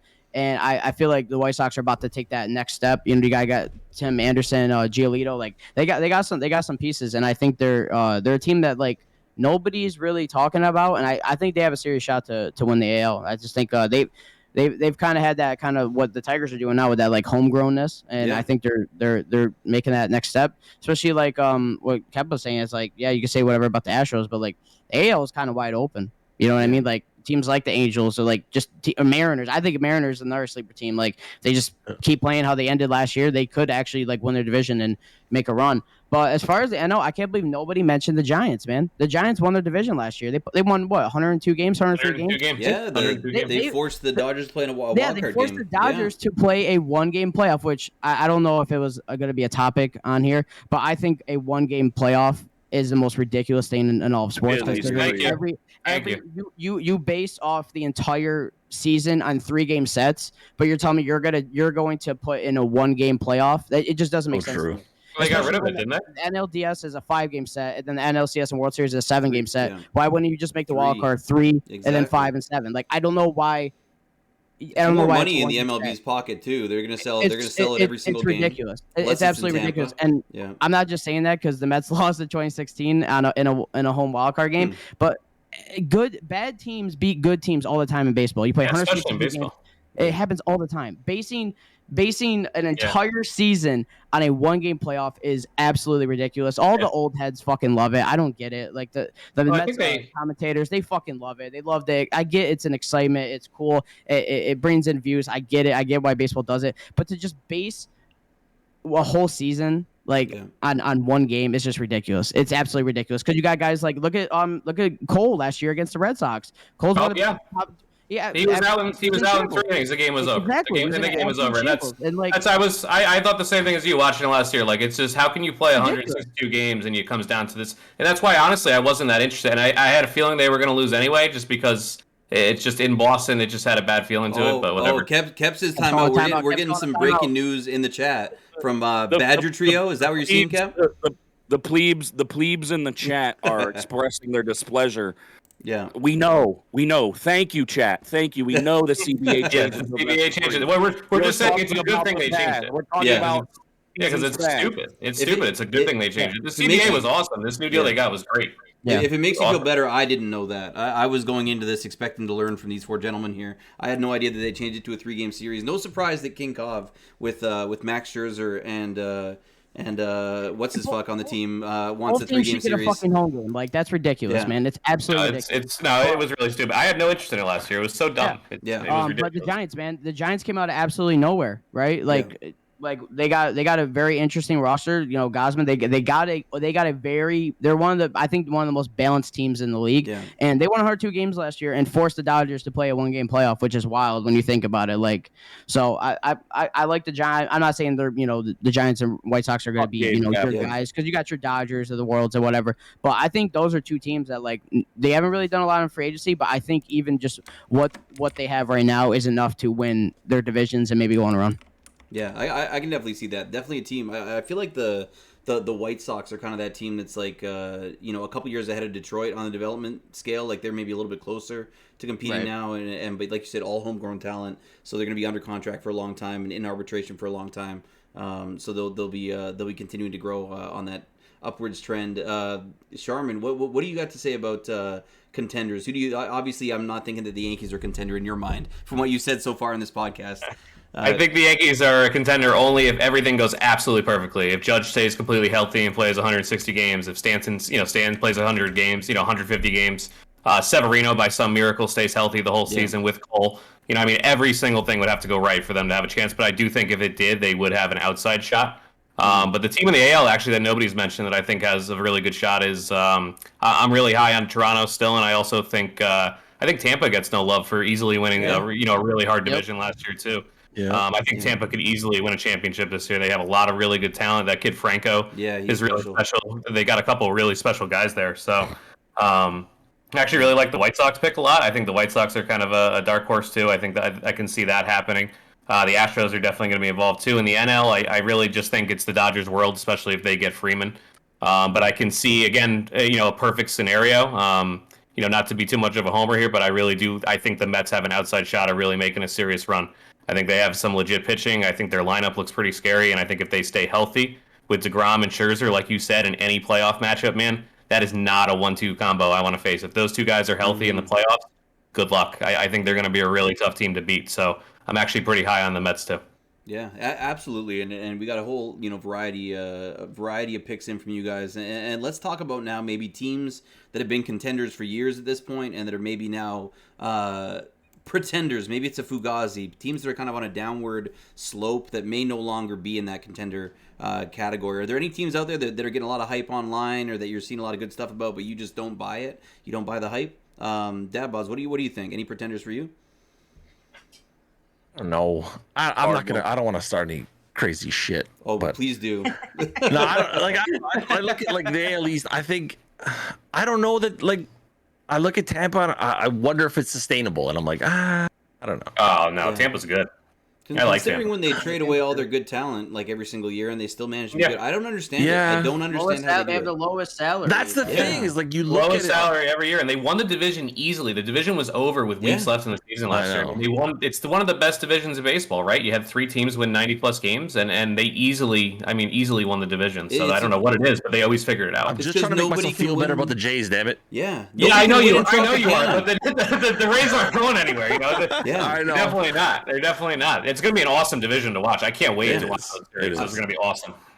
Yeah, I just honestly I hate with the Rays like playing in Tropicana. It's like I don't know if it lulls the opposing team into sleep, like where they're not locked in because there's 4,000 fans in the stands. I don't know if it's because they're like staring up at the catwalk. So it's the worst baseball stadium I've ever been in my life. It's not even close. It's like watching tennis. You hit the ball and you have to turn your whole head to see where the ball goes. It's unbelievable. It's brutal. And the 4,000 people that are there, 3,000 of them are probably bussed in from the local nursing homes in St. Pete, Clearwater. Like it's not even like they're getting hyped up here. It's dead silent. So honestly, I hate there's nowhere that I hate playing more than Tropicana, and the Jays just cannot seem to have any kind of consistent success there. Even back in the years when the Rays weren't good, we just can never win down there. I don't know what it is. So it's funny. Definitely. I have the same thoughts. I'm like, how can these Moneyball type teams be competing with a team like the Dodgers year after year and keep winning their division? It doesn't make sense to me. So good pick there. Cap, what about you? Who's a pretender to you, my friend? I don't know. I don't like to talk shit either. I don't want to start any shit. So. Oh yeah, right. There we go. Wow. Wow. That's Cap right there. Dylan Stone was right. The Mets are the Cowboys of the MLB until proven otherwise. To be honest. But I don't know. A lot of people are high on the Cardinals. I don't know. I mean, they've got a good roster. We haven't talked about the Cardinals. Nope. No, I was gonna mention, but I don't know. I think there's a lot of talk about them, but I don't think they're not the Cardinals of old. Astros, I don't think they are what people think they are. Now if they bring back Correa and just depending on what Verlander's able to do and come back and whatnot, I mean they might be able to make some noise. I don't know that there's really any pretenders. And again, it's with it's the Mets on paper. It's always been the Mets on paper. It's every fucking year. I think that's the biggest thing is the Mets on paper. And like I said, I'm talking good about the Mets. They have a really good fucking team. Like I'm going to be excited to watch Mets-Phillies baseball. Whether the Phillies stink or not, the Mets are going to be a fun team to watch. I love Max Scherzer. I love Jacob deGrom. I love Francisco Lindor. I love Francisco Lindor in Cleveland.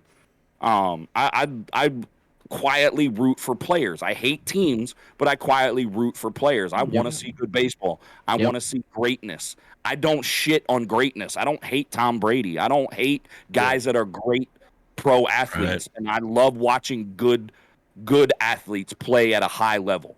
You know, I'll never shy away from not wanting to see good sports, no matter what sport it is. So would I be upset if the Mets won a World Series? Of course, because I'm a Phillies fan. I'd be happy for Mets fans, cool, but I want to see good baseball. But I don't think there's really, any pretenders. Giggity say something good about his socks. I don't know if he was talking about I don't know if he's talking about the Red Sox, the White Sox, or his cum sock. Probably the latter. So I like the White Sox uniforms. And we haven't talked about the Red Sox. We haven't talked about the Red Sox. I was gonna mention them. I was gonna mention them up next here soon. Oh yeah. Well, let's go right into Cov then. Cov, are the Red Sox your pretenders? Is that? I want to say it's weird. It's like they weren't supposed to be as good as they were last year. Like they surprised a lot of people, and I just think it's gonna catch up to them with how pesky that division is. But if I had to give you like a straight shot, I feel like just based on how everyone perceives him, I know he's not, he's going to just kind of tap in and be like, well, we're not pretenders. We're just not going to be good. But the Yankees, man, like the Yankees are always like known as the team to beat. Everyone's like, oh, the Yankees are good every year. And honestly, frankly, they very well could still be the Yankees. But I just feel like the Yankees are kind of in that weird spot now, which is kind of funny because everyone's had such good things to say about the Mets, and I'm gonna be like, watch it flip through opening day. But if you look at the offseason, man, like you look at the two teams, you stack them up against each other. It should, on paper, you guys should be better, but you just never know.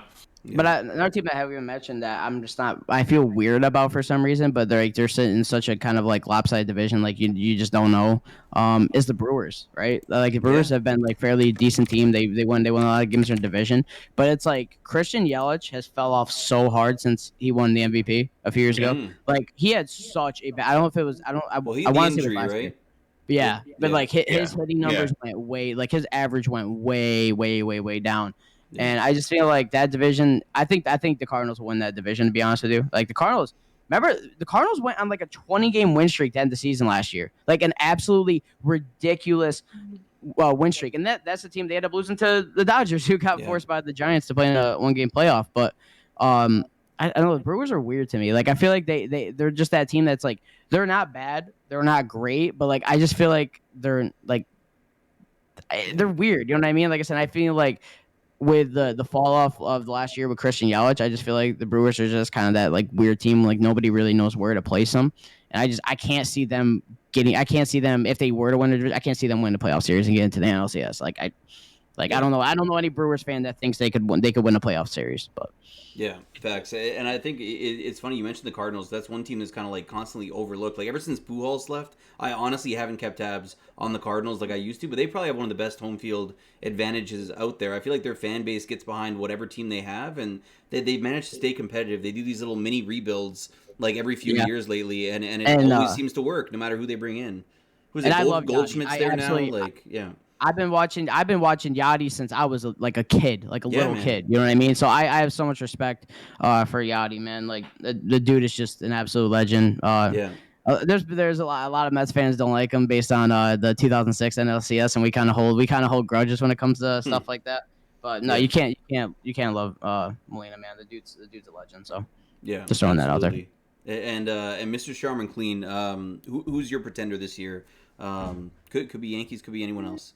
Yeah, I would probably say Yankees. I would throw Red Sox in that same loop. I think, like you said, I agree with that. From last year, it was kind of a little bit of a fluke. I think when you look at their rotation, especially pitching wise, you're like, even me this morning when I'm looking through it, I'm like, who are these guys? So I don't understand. Exactly. I don't see the hype around the Red Sox, and I think that's why they're probably in on Freddie Freeman. I think that'd be a big move for them. I think they need one more bat in their lineup too. So if they got him, then forget it. But I think the Cardinals are a little too reliant on Wainwright last year. He gave them another 100 innings, stellar innings, and I just don't know at 40 years old if he can do that again. So if I could see one team taking a real serious step back this year, it would be somebody like the Cardinals. If Wainwright were to break down a little bit earlier, I think they'd have a hard time replacing those 100 innings from him.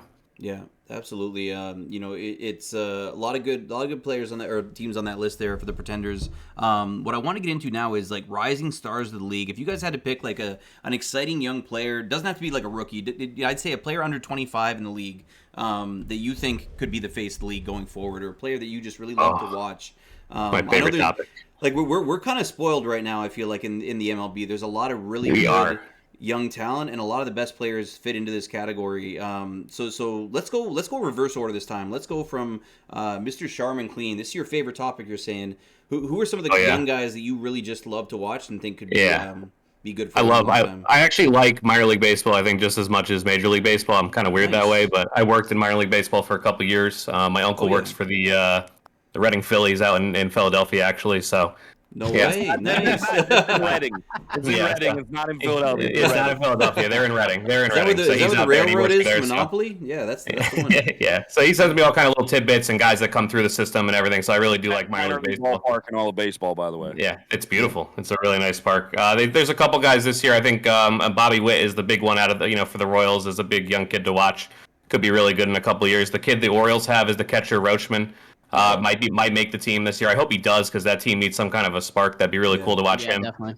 They're comparing him to the other guy that was the catcher there forever that I'm blanking on his name. Wieters, Wieters. Yeah, he was great for a long time. And then the kid, my grandfather is a huge Marlins fan, and down in Miami, they're really, really high on this kid Julio Rodriguez. He looks like an absolute freak, and he looks like something that something out of a magazine where you'd be like, oh my god, this guy looks he just looks like a pro baseball player. So. Keep an eye on him. Another guy who probably could make the team. I would expect Rauschman to make the team. And then the kid from the Tigers we were talking about earlier, Corkland, the first baseman, is supposed to be really special this year too, and he might make the team as well. So there's a couple guys across it. Like you said, we're pretty spoiled. And I didn't even mention Tatis and Asuna and all these guys. We're really spoiled with baseball right now. How much young talent is coming up, and the next couple of years is gonna be really cool. And are all these young guys that you mentioned, are they projected to make it to the majors this year? Yeah, a couple. Most of them are at least fighting for a spot. The four guys I mentioned will definitely be fighting for a spot in camp. I don't know if they'll all make it, but I think you'll see all four of them probably at some point this year. Definitely Witt, I would imagine, makes it in this year. I think Rodriguez you'll see at some point. The kid for the Orioles will definitely be up before the All-Star break, I would think. Yeah. And I don't know about the Tigers kid. I know he's still really young. They took him. He was a top pick in 2019. The Orioles catcher actually was the top pick, I think, just last year. He was the number 1 pick, so it's even rushing him a little bit. But he had a great year in the minors last year. All these guys put up big numbers, so I think you're going to see all of them. The Tigers. He hit like a home run in his first game or whatever. Yeah, that might have been the kid I'm talking about, Torkelson. No, he hit like 30 home runs last year in the minors.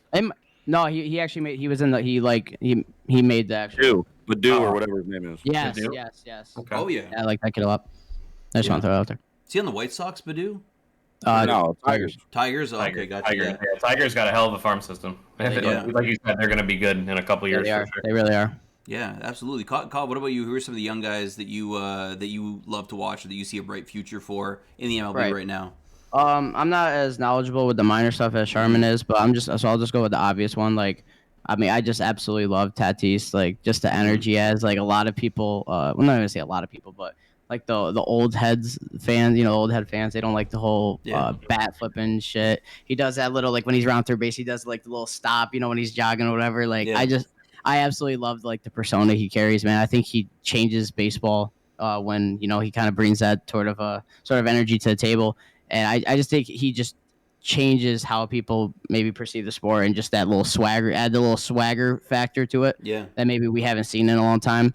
And then, just based on my own bias, I absolutely love Pete Alonso. I think the dude is such a wholesome dude. Won back-to-back home run derbies. I know home run, what a Mickey Mouse accomplishment, but I absolutely love the dude. Set the rookie record for most home runs in the season. He actually just got in a really, really, really bad car accident. I don't know if you guys saw that. No. But he got in a really serious car accident and didn't even come out with a scratch on him. So thankful he's healthy. He's ready to go. He kind of reminds me of Judge. If he's not striking out, he's hitting a bomb, type deal.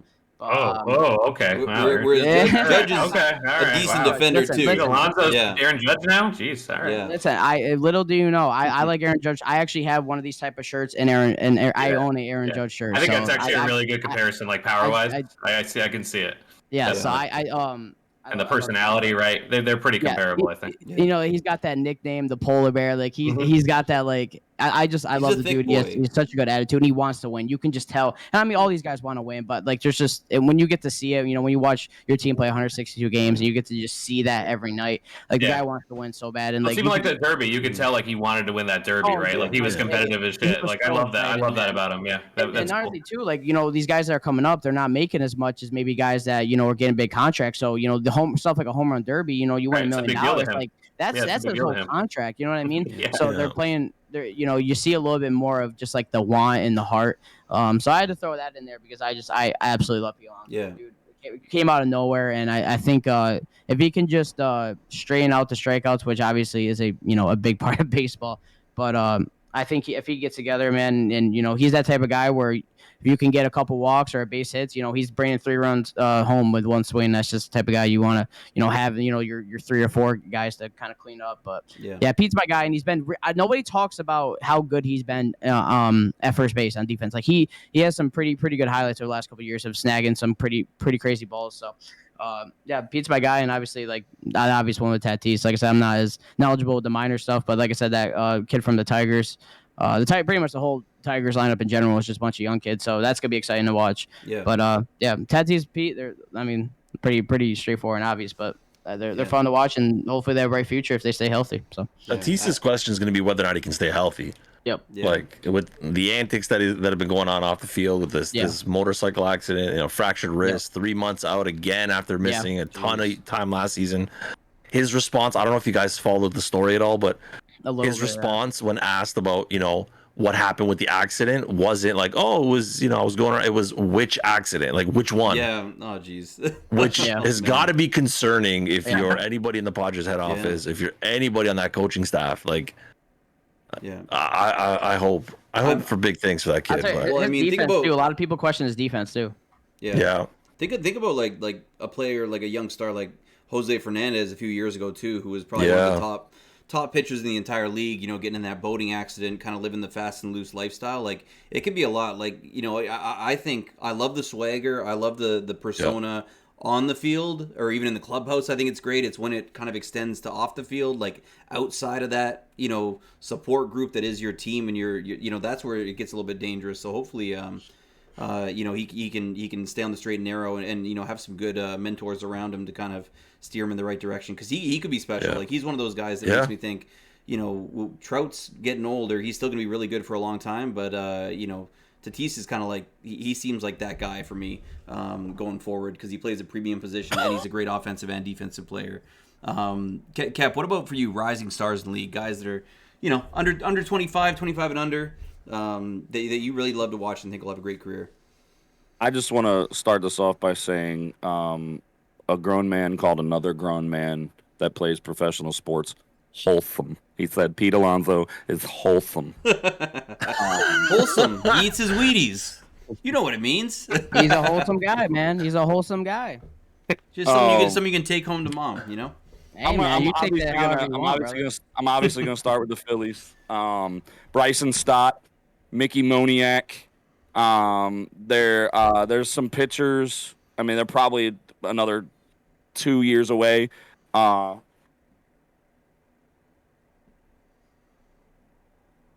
He's looking at his stat sheet back there. He's got his cheat notes. The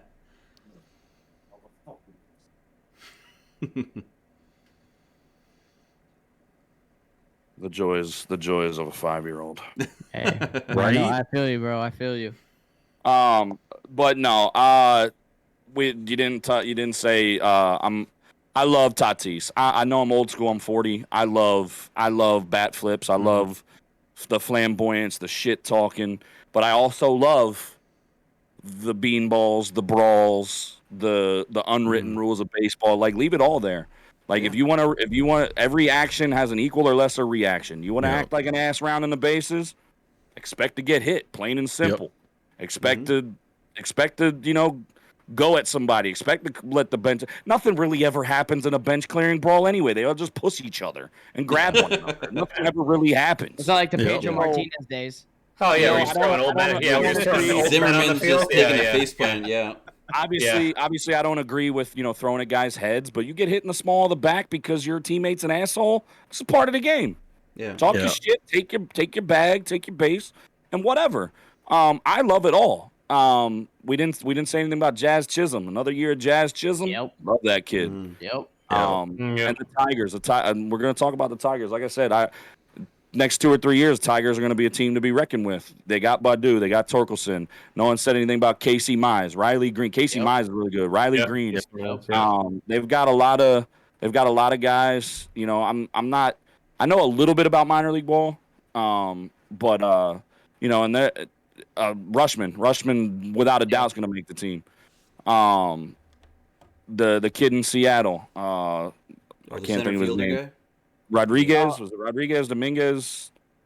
Rodriguez, the kid from the Marlins. What about Kalenic? Is that his name, Kalenic? Yeah, Kalenic, whatever his name is.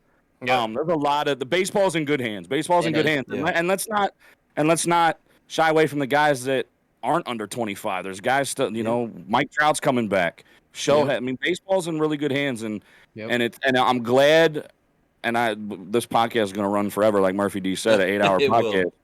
But let's touch on it now. I'm glad they got the deal done because it was going to hurt baseball big time.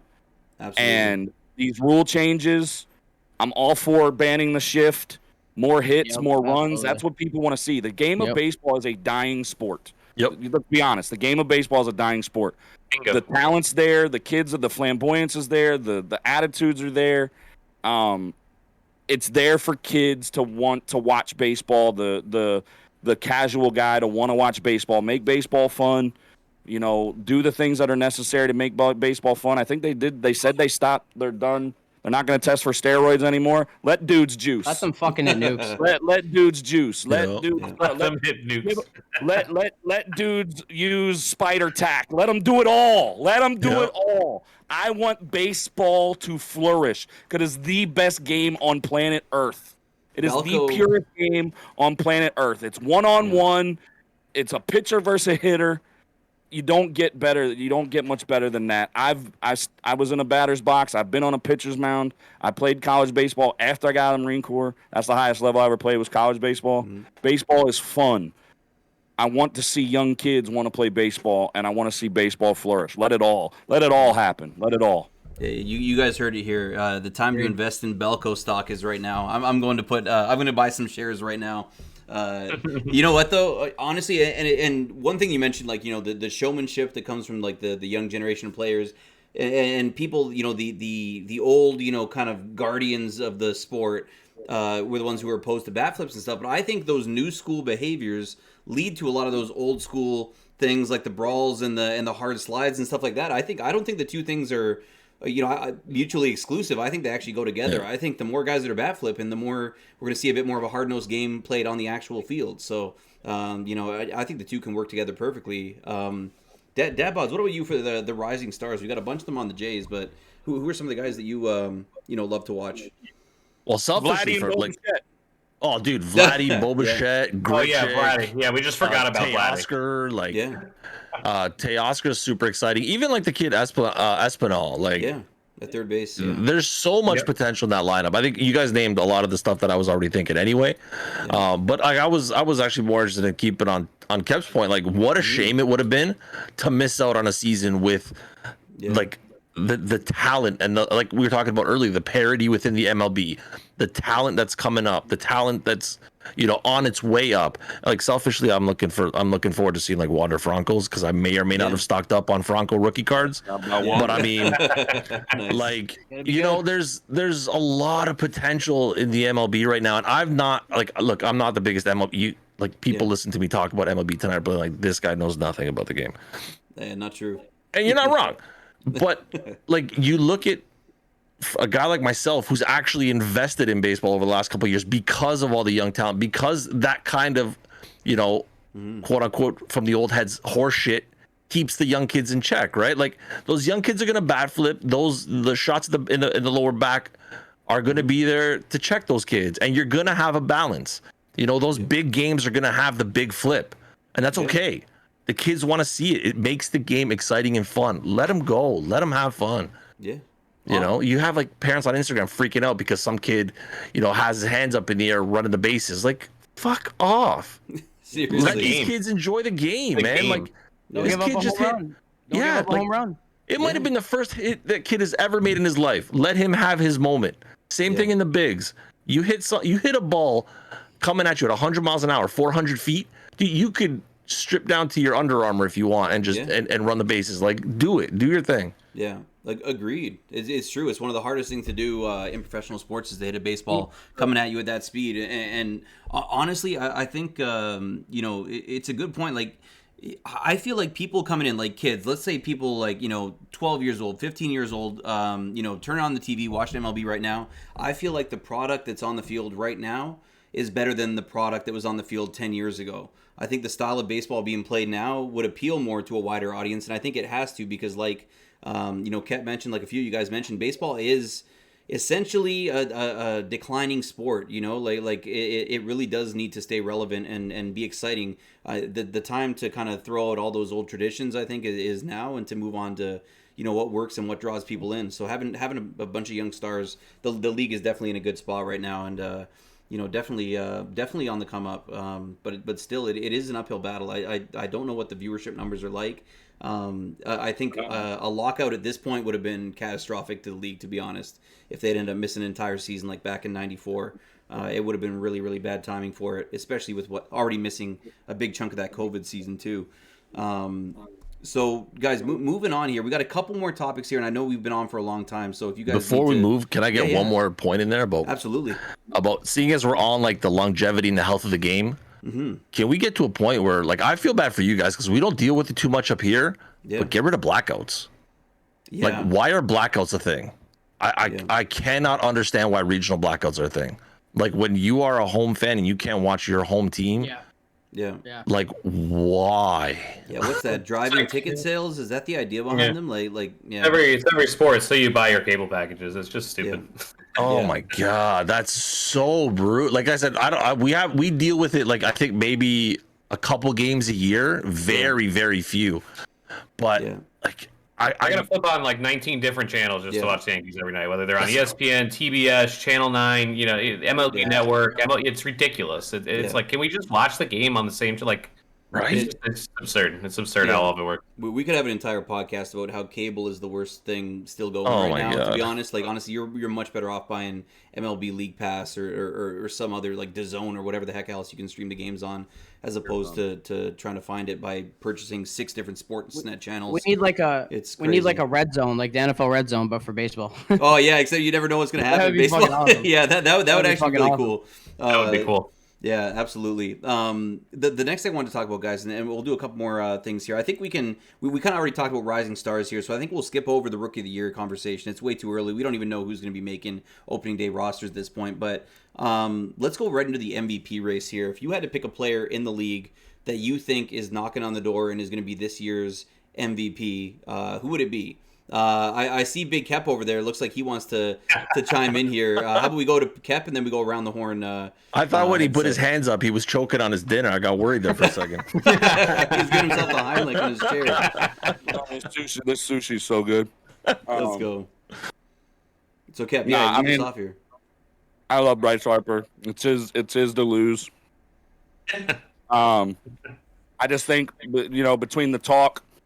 I did say Acuna. It's going to be between Acuna and Harper. Yeah. I just think the way Harper approaches the game,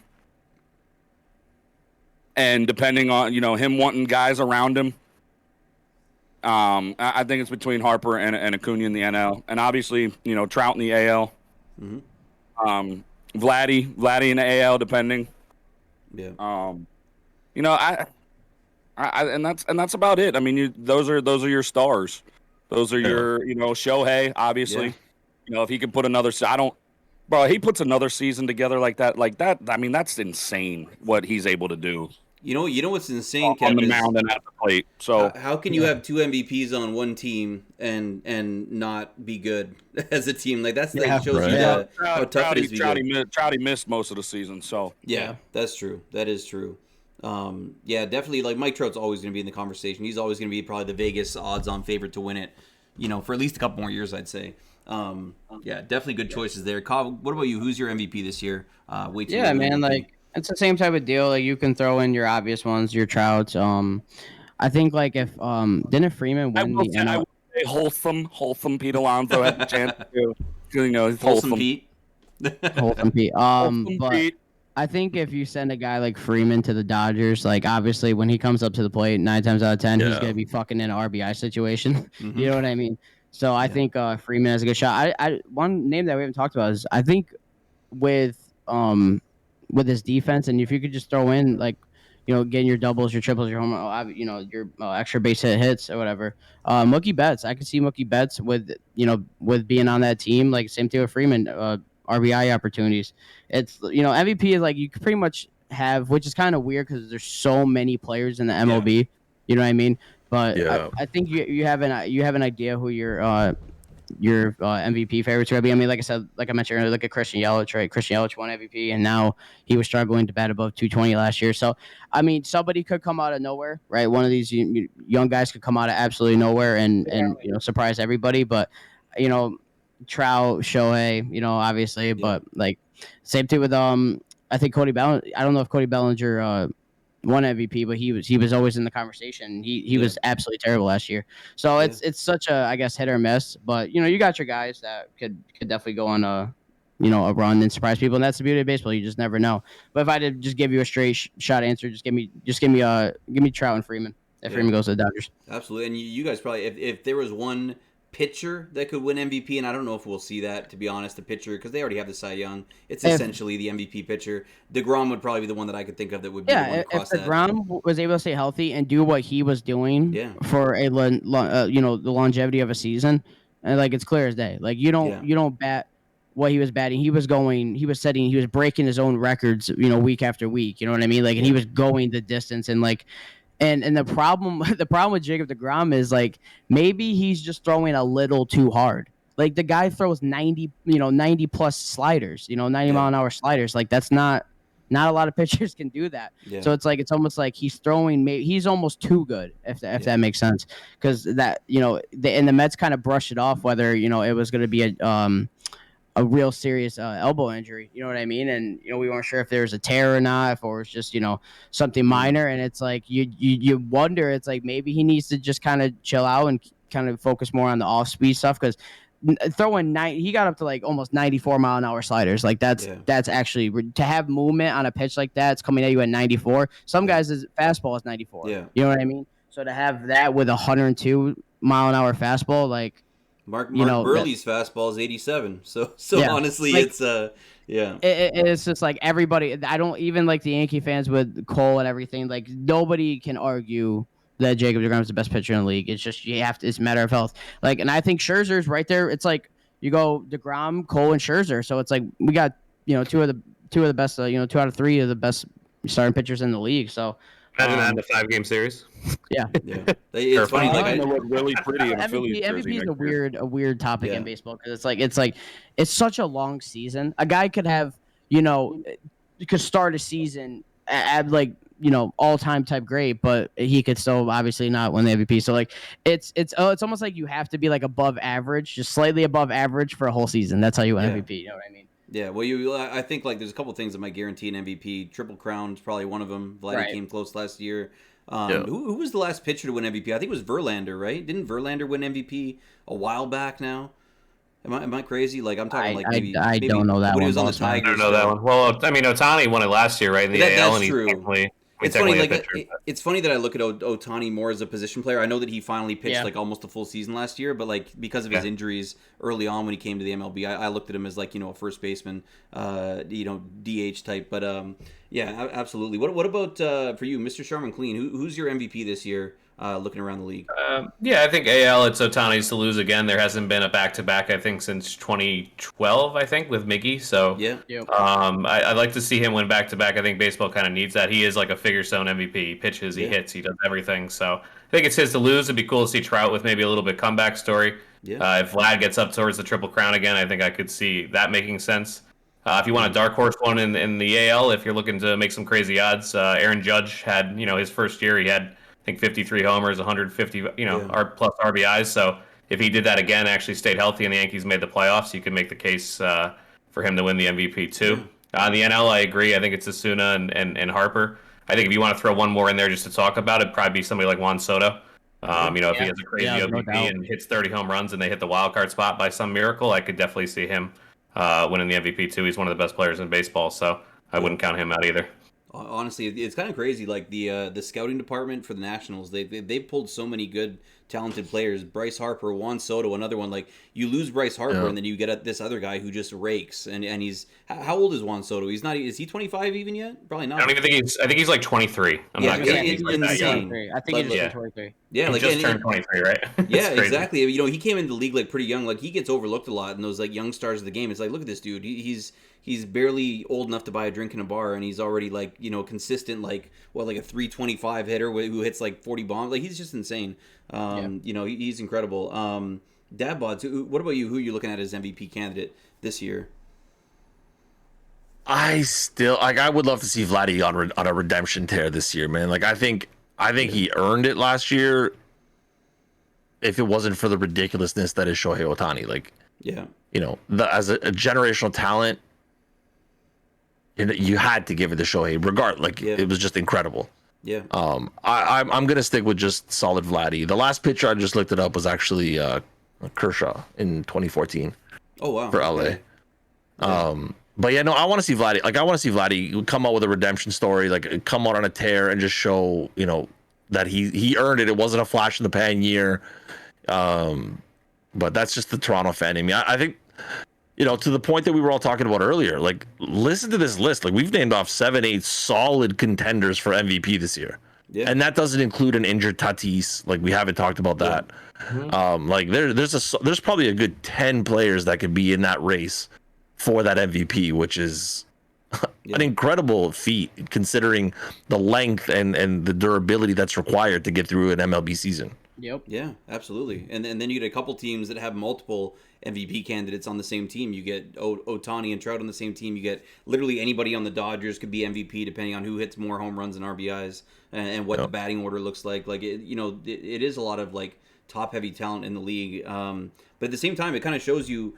The MVP race kind of shows you how difficult it is for one player to have an impact. Like you really do need to have a deep lineup, 1 through 9 to be able to compete, and you need to have at least 4 really good starting pitchers, and you got to have a really good bullpen. It's not easy. You can't just fluke your way in with having the best player in the game on your team to winning a championship. It just doesn't work that way, which has got to be frustrating for the guys like Mike Trout, who probably want to win more than anything, and they can only do so much. But the next thing I want to talk about, guys, we got like maybe 2 more topics left if you guys are still good for time. We're approaching the final stretch here, but I wanted to get you guys' take on, we've talked about him a lot already here, but Mike Trout, where he sits right now. If he were to, let's assume that he still has a few good productive years ahead of him, which I think he's shown no signs of slowing down yet. Where does he rank all time as far as baseball players go? What's his legacy going to be? You could factor in whether or not he ends up winning a championship. Where he ranks. Let's go to Kep here on this one. Kep, you threw up a 2 there. Is he the second best player of all time in your opinion? And who's first? I think already he's second best player of all time. That my eyes have seen. I didn't see Babe Ruth. Contrary to popular belief, I'm not that fucking old.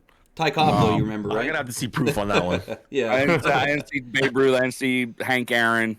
Those are just guys that I know of. That my eyes have seen, Trout is the second best baseball player I've ever laid eyes on, and without a shadow of a doubt, Barry Bonds is the best baseball player I've ever laid eyes on. Yeah. I think Trout is just ahead of Griffey, barely. Mm-hmm.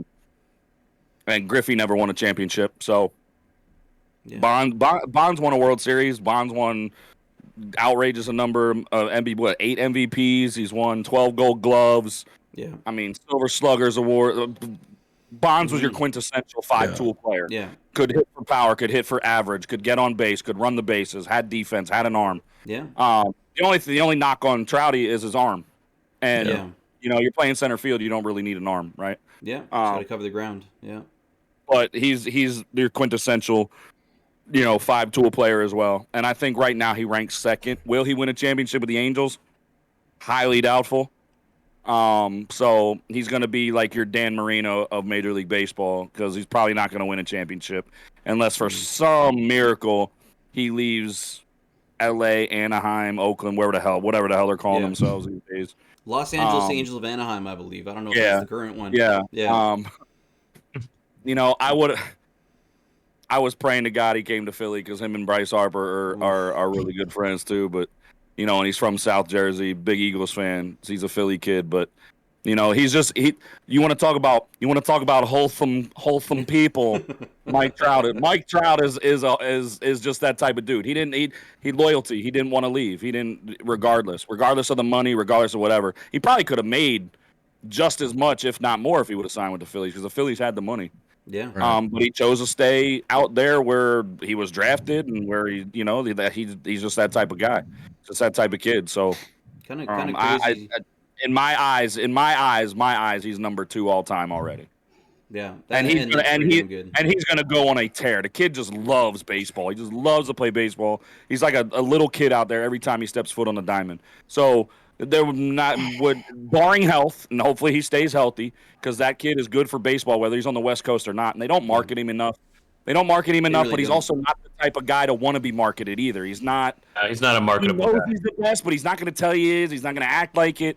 He's not going to be. He's not a Fernando Tatis. He's not a Bryce Harper. Yeah. He's not those guys. So. Yeah, he's a check my stats guy. Baseball is better with him on the field, and I would not even second guess it. Him just going on an absolute tear, winning the Triple Crown, running away to MVP, outright MVP. Like he's just that type of player.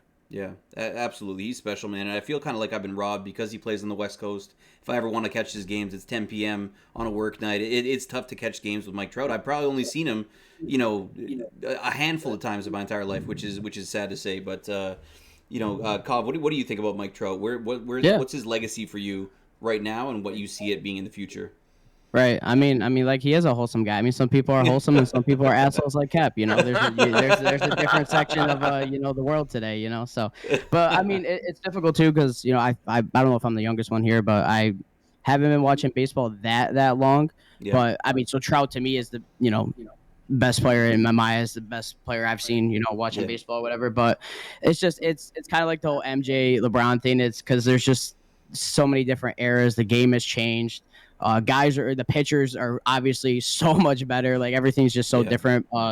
Ballparks have changed. There's so many different factors. I mean, you got guys like Babe Ruth, Mickey Mantle. Like there's a million guys you can throw in as far as like even just the top 20. You know what I mean? Like just from my really era to the last era to the era before that. You know what I mean? Yeah. So to me, I gotta just based on what I know and what I think. He's got to be somewhere in the top 5 at least. You can throw him in there. I think he has to be the most all-around baseball player we have ever seen. Like the dude can. I don't think there's anything he can't do. You know what I mean? Like from the home run robbing, the diving plays, just how quick a guy that big moving that he's one of the faster players in the league too. You wouldn't know it, but the dude can move as well. You know what I mean? So he can cover the field. And that's why they put him out in center because he can cover he can make plays that a lot of guys can't play. And obviously the bats, like the guy hits nukes, and the guy can get on base, the guy can draw walks, and he puts fear into pitchers. You know what I mean? He forces pitchers to you have to pitch to me because he's got good discipline too. So if he gets in a 3, like you get in a 3-run count to Trout, you're in trouble. I mean, you know what I mean? In most situations, it's a trouble situation, but like. You don't want to be in a 3-run count to Trout because he's going to make you pay 9 times out of 10. So I just think all around he has to be the most all around baseball player that we've ever seen. Like I said, the game has changed, but he and like everyone say, he's not a guy that you see like in the front of a magazine all the time or in the front of the media or like he doesn't get himself in trouble. You know what I mean? It's just not a name that you hear about really much in the media, and like Kev said, I think he likes it that way. I think he rather just. Like he knows his worth, but he doesn't want to. He's got it all, man. He's humble, but he knows he's good. I'll tell you what, if if he were to hang out with him, take a couple shots, I'm sure he would probably think he'd probably tell you he's the greatest of all time. But not for me. Because I've been watching baseball that long. I think you can throw him in the top 5 and put him anywhere you want, and you really, no matter how long you have been watching baseball, I don't think you can argue that. Guaranteed. It's tough. It's easier in a sport like it's difficult in sports like the NFL and the MLB. The rosters are so big. It's easier in the NBA to have a tier ranking where you kind of put guys in order. It's almost impossible in baseball, given that it's been around for hundreds of years, given that it has such a rich history and that the game's been so different. You can't compare Ty Cobb, smashing a ball off the plate and sprinting to first and sliding in and cutting people's shins open to the type of baseball that we see today. But it doesn't mean that any of them are less great. I've played, again, I didn't play above college, but I've never met a humble baseball player ever in my life, myself included. You have to be a fucking nut to step in a batter's box and have somebody throw a ball at you 90 plus miles an hour. Yeah. It takes I've never met a humble baseball player. Hell, I don't know a humble slow pitch softball player because we're all has-been baseball players. So that's just how baseball goes, and to see how humble he is and how good he is, it's. I hope he runs away with an MVP. I love watching the kid. I hope he wins the championship, but he's not gonna. But isn't it nice though, like to be a player of that caliber, to kind of sit back in the shadows of Shohei, let him take the spotlight, and you just go to work? He probably loves it. You know what I mean? Like you don't need the pressure, you don't need the weight. You know what I mean? Like you could just go out there and play the game because everybody's there with all eyes on What's Shohei gonna do? Yeah. Is he gonna pitch today? Is he gonna play outfield? Is he do both? Like what's going on? And Trout could just go out there, play his game, smack around. Look, a guy that size, as talented and as amazing as he is at 30, with that long-standing calf injury, I worry about the longevity of his health and being able to carry that weight and be that superstar that he's been. I wish him all the best, and I hope Kep's been saying he's an animal. Yeah. But that he's a big boy, and lower body injuries are tough. Yeah. When you're carrying that extra beefcake. Yeah, for sure. And I'm thinking maybe we'll go to DadBods here, and then we'll finish off this category with Mr. Charmin Clean. But DadBods, do you think, kind of given what you brought up about his lingering injury, do you think that let's say he gives it another couple years in the outfield, playing a premium position, and the injury just keeps coming back, he misses more and more games, his WAR or whatever his stats are not accelerating at the same rate at the pace that he's on now. If he ends up having to switch to like first base, or DH in even just a couple years, do you think that affects his legacy, or do you think he's already established himself enough as being one of the best players of all time? I'd have to go with he's made a pretty impressive impact, and I think it depends on how long we're talking. If this injury becomes a persistent problem this year, next year, and he's got to make that switch now, maybe in the eyes of some of the old heads, his stock value begins to drop. Yeah. But if we're talking, if he can have another 2, 3, 4 productive seasons and then start making that transition, I think Cat makes a good point. You guys have made a good point that he's going to go up at least top 5. Yeah. And he's made a huge impact already. Yeah. So there's no reason it's just going to be, like I said, that lower body injuries like that on a big fella, and especially with somebody who needs his legs. Yeah, it's going to be tough, but I think it'll all depend on how well that training staff can keep him out there and playing. Yeah, absolutely, and they've invested enough money in him that you'd think that they would want to maintain that health for him. It's crazy though. It goes to show how difficult it is. You think there's so many good players that are not Hall of Fame players. They have an incredible prime. They have a few seasons where they're in the MVP race. To be a guy who's since probably your second year in the league and you've been in the MVP race every single year, that's people don't understand how difficult that is. Baseball is probably the most difficult sport to be consistently elite at because so much can go wrong. You can get a hitch in your swing. Yeah. You can work through stuff where it's just you just kind of get the yips where you just forget how to play and you got to rework stuff. But confidence, man. Yeah, confidence is huge. It's a one-on-one sport essentially, so confidence is a huge part of it. Absolutely. I hope there's no dumbasses in here that think hitting a baseball is not the hardest thing to do in sports. I mean, it would be pretty hard for King Kov to dunk. I think that would be another thing that would be almost impossible. Oh, we're really knocking the short guy, really? Maybe on a Fisher-Price net. Hey, you brought it up to me a couple days ago. I had to drop one little joke in there, Kov. That's tough, bro. I ain't gonna lie to you. That one, man. King Kov down bad. He can put his gaming chair under a net and dunk. Hey, at least I know I'm better than Matt and all these guys here. Hey, whoa, big. Okay, you know what? We got shit. Damn. I mean, yeah, I'll give you that one for me, but I mean, I mean, Caps time's over, man. This isn't Madden 16 anymore. Oh snap! All right, we're gonna have a my follow-up word. podcast here. It's gonna be a one-on-one money game here. I'll put up the money for both you guys. We got Mr. Charmin clean here. So in your opinion, what's Mike Trout's legacy to you? Where do you rank him amongst the all-time greats? I mean, first of all, I don't think Mike Trout's anywhere near done. I hope he has a couple more years in him, and I hope he can maybe transition over to a DH role somewhere, maybe even somewhere that's not LA, like you said, Kep. So maybe he ends up somewhere else for a couple more years. I think he should just stay an Angel. But to me, he's the second best baseball player, at least I've ever watched personally.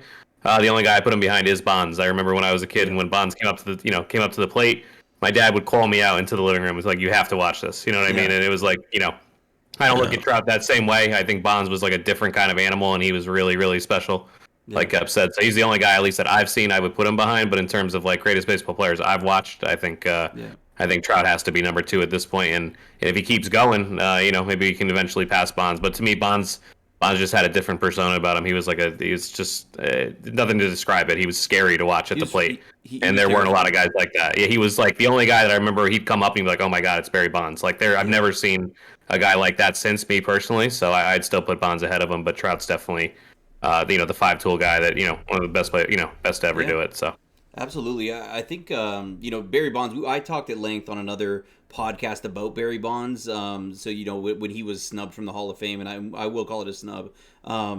But the disgrace he's not in. Yeah, absolutely. It's crazy. It's crazy that also like this goes back to MLB The Show when they had what's his name, Joe Random, the Joe Random cards that were supposed to represent Barry Bonds too. I mean, this guy is so hated on by the MLB. There's definitely like a blackballing happening where they're keeping him out. But it's funny because I do remember watching him, and maybe part of it was that it was always on the West Coast, late night games, like around 11 p.m. The stadium lights are on, and just I remember every time Barry Bonds came up to bat in his later years in the league, it was like the same electric atmosphere that I remember. Yeah, you had to watch it. Yeah, it was like what I remember when Bautista was up to bat in the playoffs, like where the camera's shaking a little bit, and it's like everything just seems more intense. It was special, man. It really was. But him, it was like every at bat until he broke that record was like it was the most intense at bat. You know what I mean? It was just you'll never see anything like that again. So and to me, that's why I could never have Trout, who, like you said, I'm the same way. I've never really watched him. He's West Coast. Yeah, I can't watch West Coast baseball. It's too late at night, but. That's what I'm saying. Like, I can't compare him to Bonds because Bonds was such a different animal. Yeah, absolutely. Just and almost effortless too. Like the way that he could just club a ball, out of the stadium and into McCovey Cove. It was special, man. It really was. So guys, we're moving on to who has gotten a chance to talk about Mike Trout. Have we all talked about Mike Trout's legacy at this point? I think we have. Last topic of the night, guys. I promise you guys have I've kept you for a long time. I really appreciate you guys all being in here. And this is courtesy of King Cov. He made sure he wanted this topic up here for discussion. But Pete Rose, all right, Mr. 3000, incredible stats in the MLB, a very iconic player in MLB's history with a lifetime ban to never be in the Hall of Fame and really not be associated with the MLB at all. What are your guys' thoughts on Pete Rose? Should he be in the Hall of Fame? Like, is it rightful that betting on sports has gotten him in this position? Let's move over to King Cov here because this was your topic. What do you think about Pete Rose's situation here? Right, and obviously there's a different varies of opinions, but I mean with just the numbers and like the numbers wise outside of everything, clear Hall of Famer, right?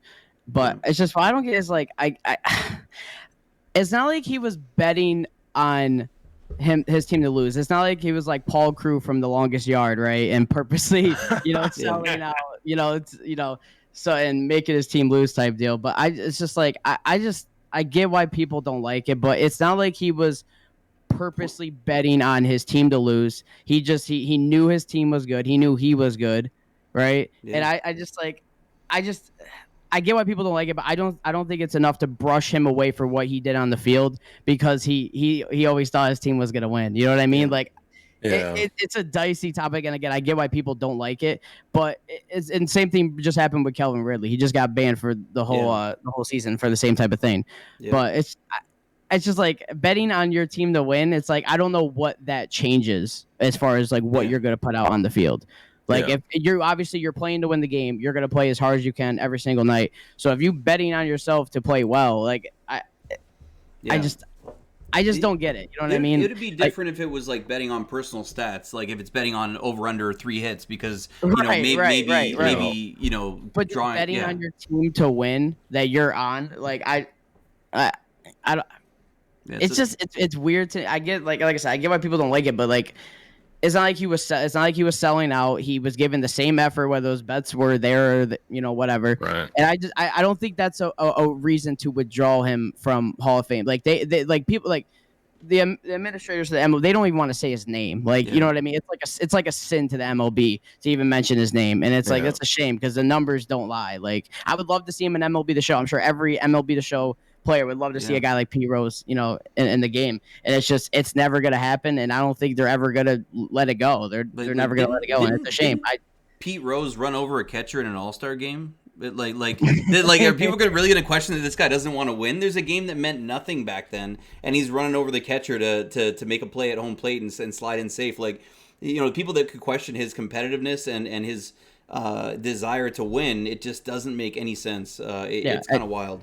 Good points made there, Kov. And yes, Cap, what about you? Like, what's your opinion on Pete Rose, the whole sports betting thing, and how people view it? Well, I mean, he's a Phillies legend, so I think he does belong in the Hall of Fame. But on the other side of it, I think it came out to where he admitted to betting on his own, and I don't think he betted as a player. I don't think he's come out and said he betted as a player. He betted as a manager, and he betted for his team to lose. Yeah.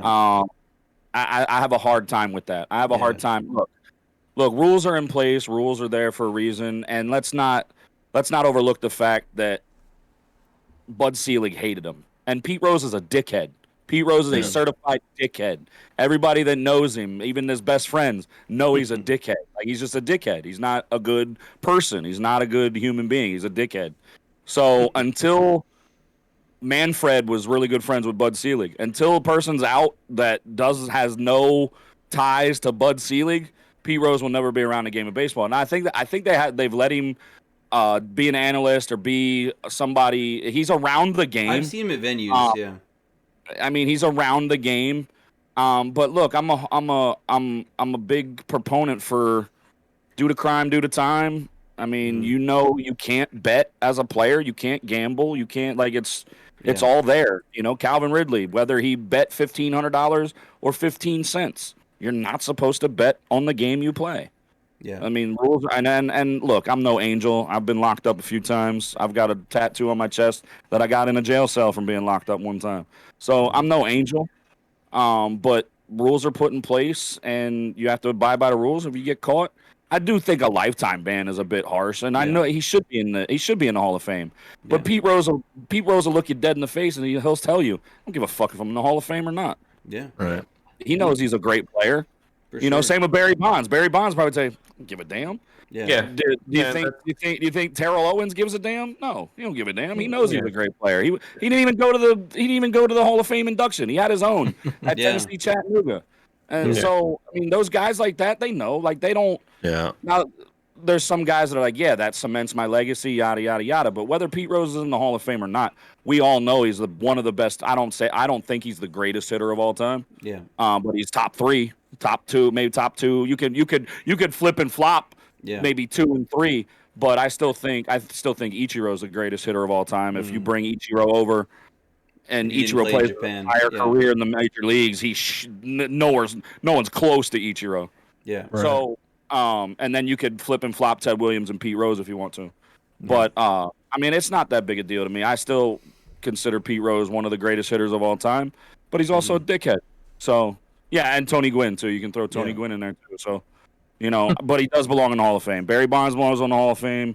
Shoeless Joe Jackson belongs in the Hall of Fame. Yeah. There's guys that do belong in the Hall of Fame, and I think the Hall of Fame now doesn't really hold as much weight as it used to. It seems like everybody gets in that was on the front page. You know what I mean? So the Hall of Fame isn't that big a deal. I think it's still the hardest Hall of Fame to get into. I think it's depending on the player. Depending on the player and my love for the player. Yeah.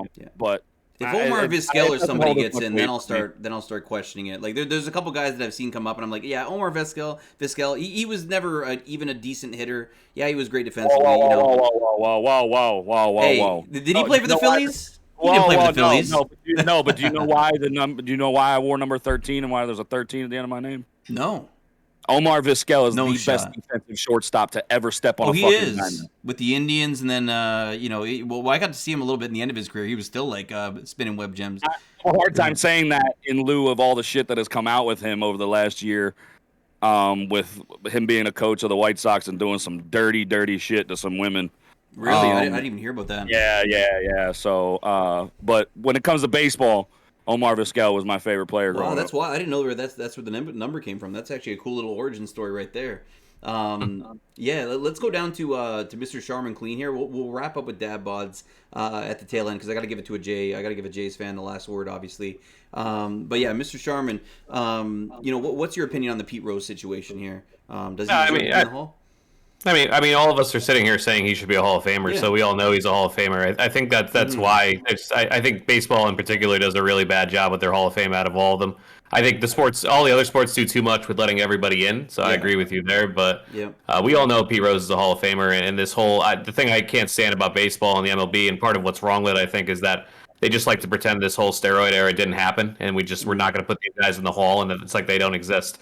And it's just complete bullshit, is what it is. It happened. It was terrible. Whatever. Put a little asterisk next to the name, whatever you want to indicate whatever happened. But at the end of the day, we can't just pretend that there's errors of baseball that just didn't exist because we don't feel like it. The world doesn't work that way. So can we all just grow up, put these guys in the Hall, and say they did these bad things, but they were still great fucking players? Like Barry Bonds is the greatest we just talked about it. I mean, I think Barry Bonds is the greatest player to ever play. How is he not in the Hall of Fame because he chose to do state? That doesn't make any sense to me.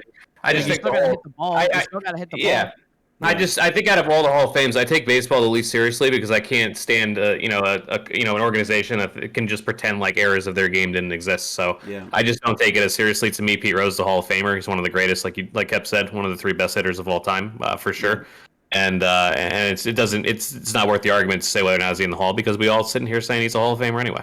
Yeah, exactly. I will say one thing. I think like baseball, the mythology of baseball is something that like the tradition and the oral tradition of like sharing the stories of great players and it being passed down. I think it's at risk now of actually kind of falling through because it's a declining game. And I feel like, maybe we're a few generations away from people, that there not really being much viewership and like father passing down to son these stories of great players. But it's true, like Shoeless Joe Jackson, like, Field of Dreams, like we know these stories, even though these guys aren't in the Hall of Fame. Their names are still spoken. We still know the stories behind them. So it is interesting. But you're right. Like baseball is asinine.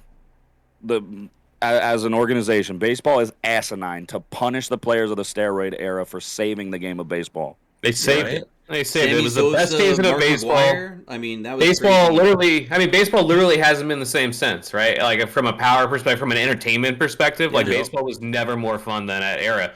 And on top of it, the best part about it, like we were just saying, is like we pretend all that didn't happen, which is ridiculous because it was so much fun.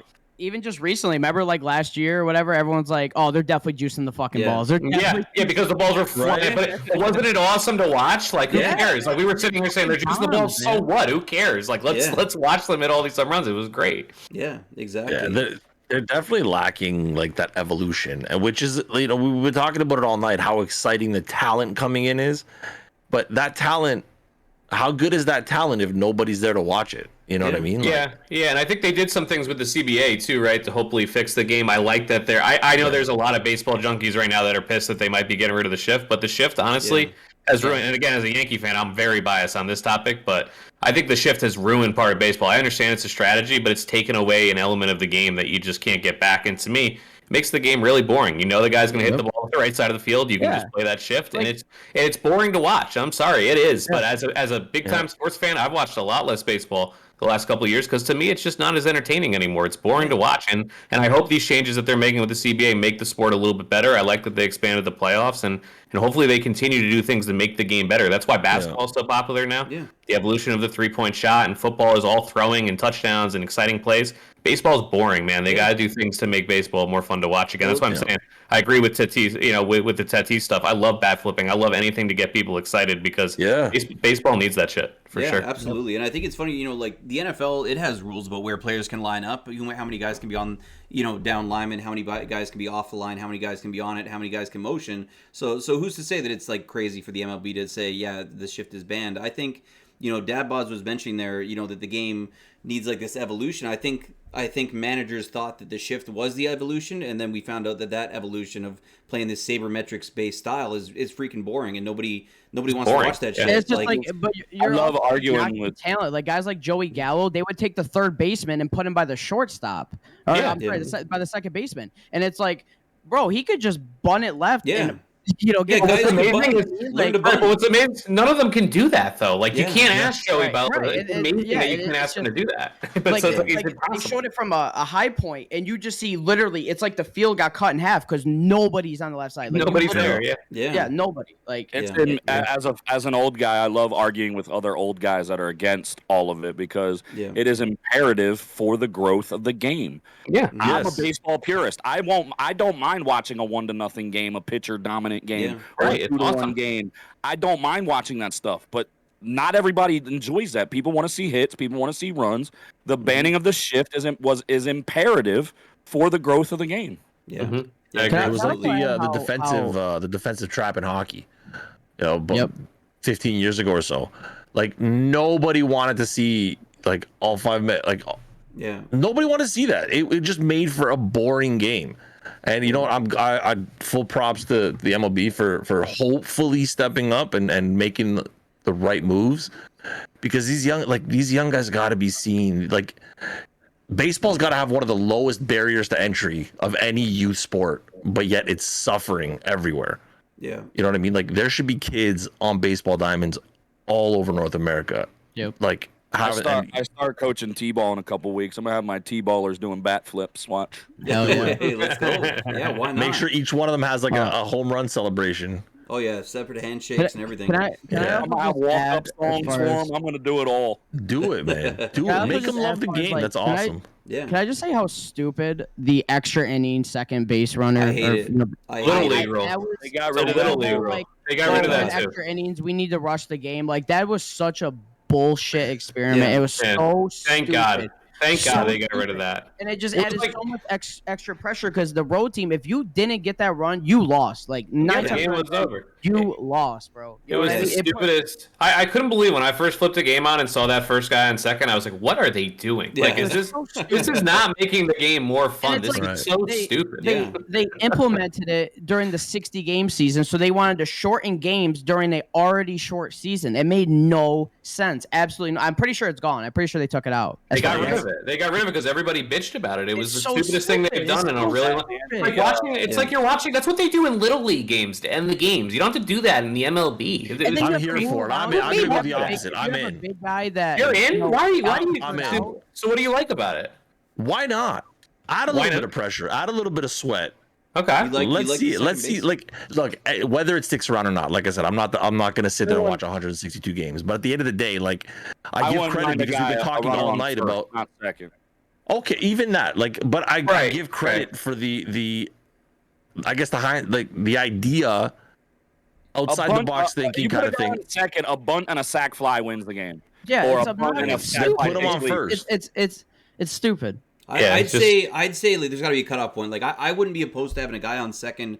Let's say it gets to 12 innings. All right, we get 3 free innings of ball. Okay, 12th inning. Fuck it, let's end this shit. Nobody wants to stay here for 5 hours. I can see that, but yeah, the 10th inning. I mean, we're getting free baseball here. Let's make it like actual baseball. Yeah, to me, make it the emergency rule, so we don't get 18 inning games. Yeah, that's what I'm saying. At a certain point, maybe like later in the innings, maybe that makes sense. But like, can we play a couple of innings of extra baseball and just play like actual baseball and see who wins? But then if it gets to like an absurd level, then okay, we could put a guy on first, a guy on second. That's fine. But to start the extra innings, it's like you're not even playing baseball. You're just giving a team an advantage. Exactly. Let's see who's actually better. I just don't get it. 100%. They did away with that, I think and that they did also. away with the 2 7-inning doubleheaders. They're going back to Oh 2 my 9 God. innings. Yeah, The another- fucking Mets played like 20 of those last year. Yeah, the and Mets it's played a so lot of those last year. stupid. Yeah, they did. So fucking stupid, man. Like if That's you could just crazy. give me like 2 more, like what's the difference? Why can't you just play 2 more innings? Yeah. And then half the fucking time it ends up a tie and they play 9 innings They anyway. played 9 innings anyway, right? Yeah. That happened to the Mets a couple times last year. Yeah, it was just dumb. Exactly. Exactly. But, I think honestly, a lot of that, like without derailing it too much, I think a lot of it over the last couple of years came down to protecting the quote unquote protecting the players, like bullpens. Yeah. You start stretching. It's already 182 games. I think the theory was maybe coming from the right place, but the execution maybe fell off. Like you guys said, starting it in the 10th, maybe not the best option. Started in the 12th. Yep. Yeah, that's fine. I can live with Yeah, that. that's fine. How often does a game go to 12 innings? Yeah, and when you get to the I 12th agree. inning, if you're at a game, like, do you want to sit there past the? Nobody wants to sit there past the 12th inning, so that's fine That with means me. more fucking beers. That's what I'm there for. I don't More know. beers too. Yeah. That's what I'm saying. That's So say, can we at least enjoy a couple extra innings of actual baseball and have a couple more beers and relax? Like that would be nice instead of just like praying the game doesn't end at the at the start of every half inning. It's Yeah, ridiculous. I'm pretty But then sure you got- here in then you got Toronto they scoop guys shut on her the down at stands. 7th. 7th inning, I know. So when you're like, I wonder if they reopen That's it. not even an option. It's dry baseball after the 7th. Can you imagine? That's it. Yeah, so they probably are rocking with 5,000 people by the end of the game, to be honest, if it goes 18. And the Jays have had, I think it was a Canada Day game, July 1st, they had an 18-inning game. On July 1st, like 30 degrees Celsius, like hot as hell, and no beer after the 7th inning. So that's actually hell right there. It's like Mad Bum last year. He pitched a no-hitter in a 7-inning game, and it's like, it's a no-hitter, but it's not. Yeah, does that really count? Right. Yeah, exactly. More baseball history that just messed up. But does that one actually count? If it was just a regular scheduled game, I'm 6 outs away from being in the history books. Like, it's kind of lame. Right. Yeah. Absolutely. Yeah. But guys, I realize we're at the 2 hour and 20-minute mark here. This is crazy. I did not expect to take so much of your time. I really appreciate you guys all coming through. You guys absolutely killed it with the sports talk. Had a lot of fun. I'm really excited to watch baseball now, man. I was, it felt kind of surreal. It felt kind of far off. But after talking to you guys, I really am excited to get out there and watch some games and hopefully do some I'm ready for sidecasts MLB the along show. the way. I'm ready for MLB the show, man. Absolutely. And guys, So fucking lit.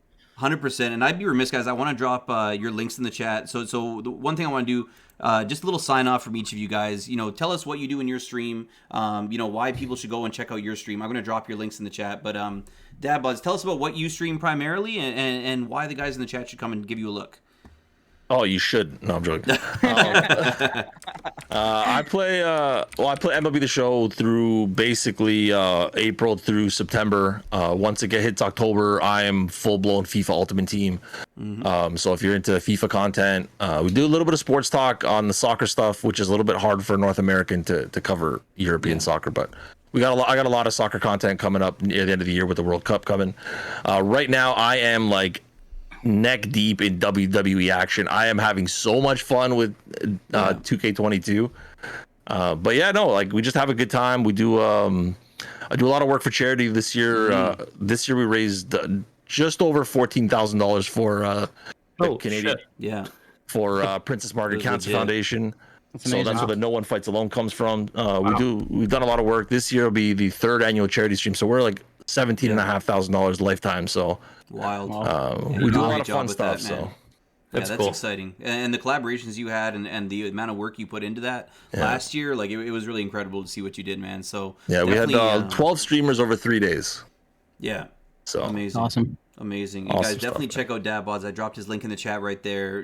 Big Cap, Appreciate you, man. You've had a chance. Hey, I appreciate you for coming through. Big Cap, you've had a chance multiple times to tell people why to watch your stream on these podcasts. Well, why should people check out Big Cap, and what do you have planned going forward? Like, now that we're in kind of the downturn of the Madden season, what do you got going on your stream? Well, as you know, I am a very wholesome streamer. We do Bible study Monday, Wednesday, Friday, it's a Sunday. smile. People go there for the smile. Yes, That's it. we Ecclesiastes, Ephesians. We dabble into those. And we talk about being a born again Christian, not swearing, not talking any trash. We keep it clean over there. Yeah. Keep it clean. Keep it fair. That's it. Fuck all that. Nah, man, you guys know what it is over there. We keep it real. I have top 3 playlists on Twitch. I have the top 1 singing voice in the Madden and MLB community. So if you want to hear some good music, some good vocals, you come for the top-notch vocals and stay for the above-average gameplay. Yeah. I'm a jock through and through. Love talking sports. Love talking life. I'm 40 years old, and I've been through just about everything you could possibly think of a human will go through. I can give you good relationship advice and bad relationship advice. I'll be divorced for the 3rd time in 24 days. And I'm looking for the 4th one. So That's you got any single moms, you got any hot aunties, send them my way.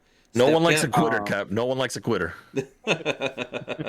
Love it. So, all the time, man. Madden, MLB, and that's pretty much it. Madden and MLB, and I'll have baby kept on with me sometimes. I plan on streaming some T-ball games. I'll be coaching T-ball here in the next couple weeks, streaming some T-ball games. So yeah, man. I appreciate the love and the hate. If you don't like me, suck my dick from the back. I love it. Let's go. Well Kev. said. Appreciate you coming on here again, man. You're a legend. Always love to pick your brain, and you get the panel riled up every time.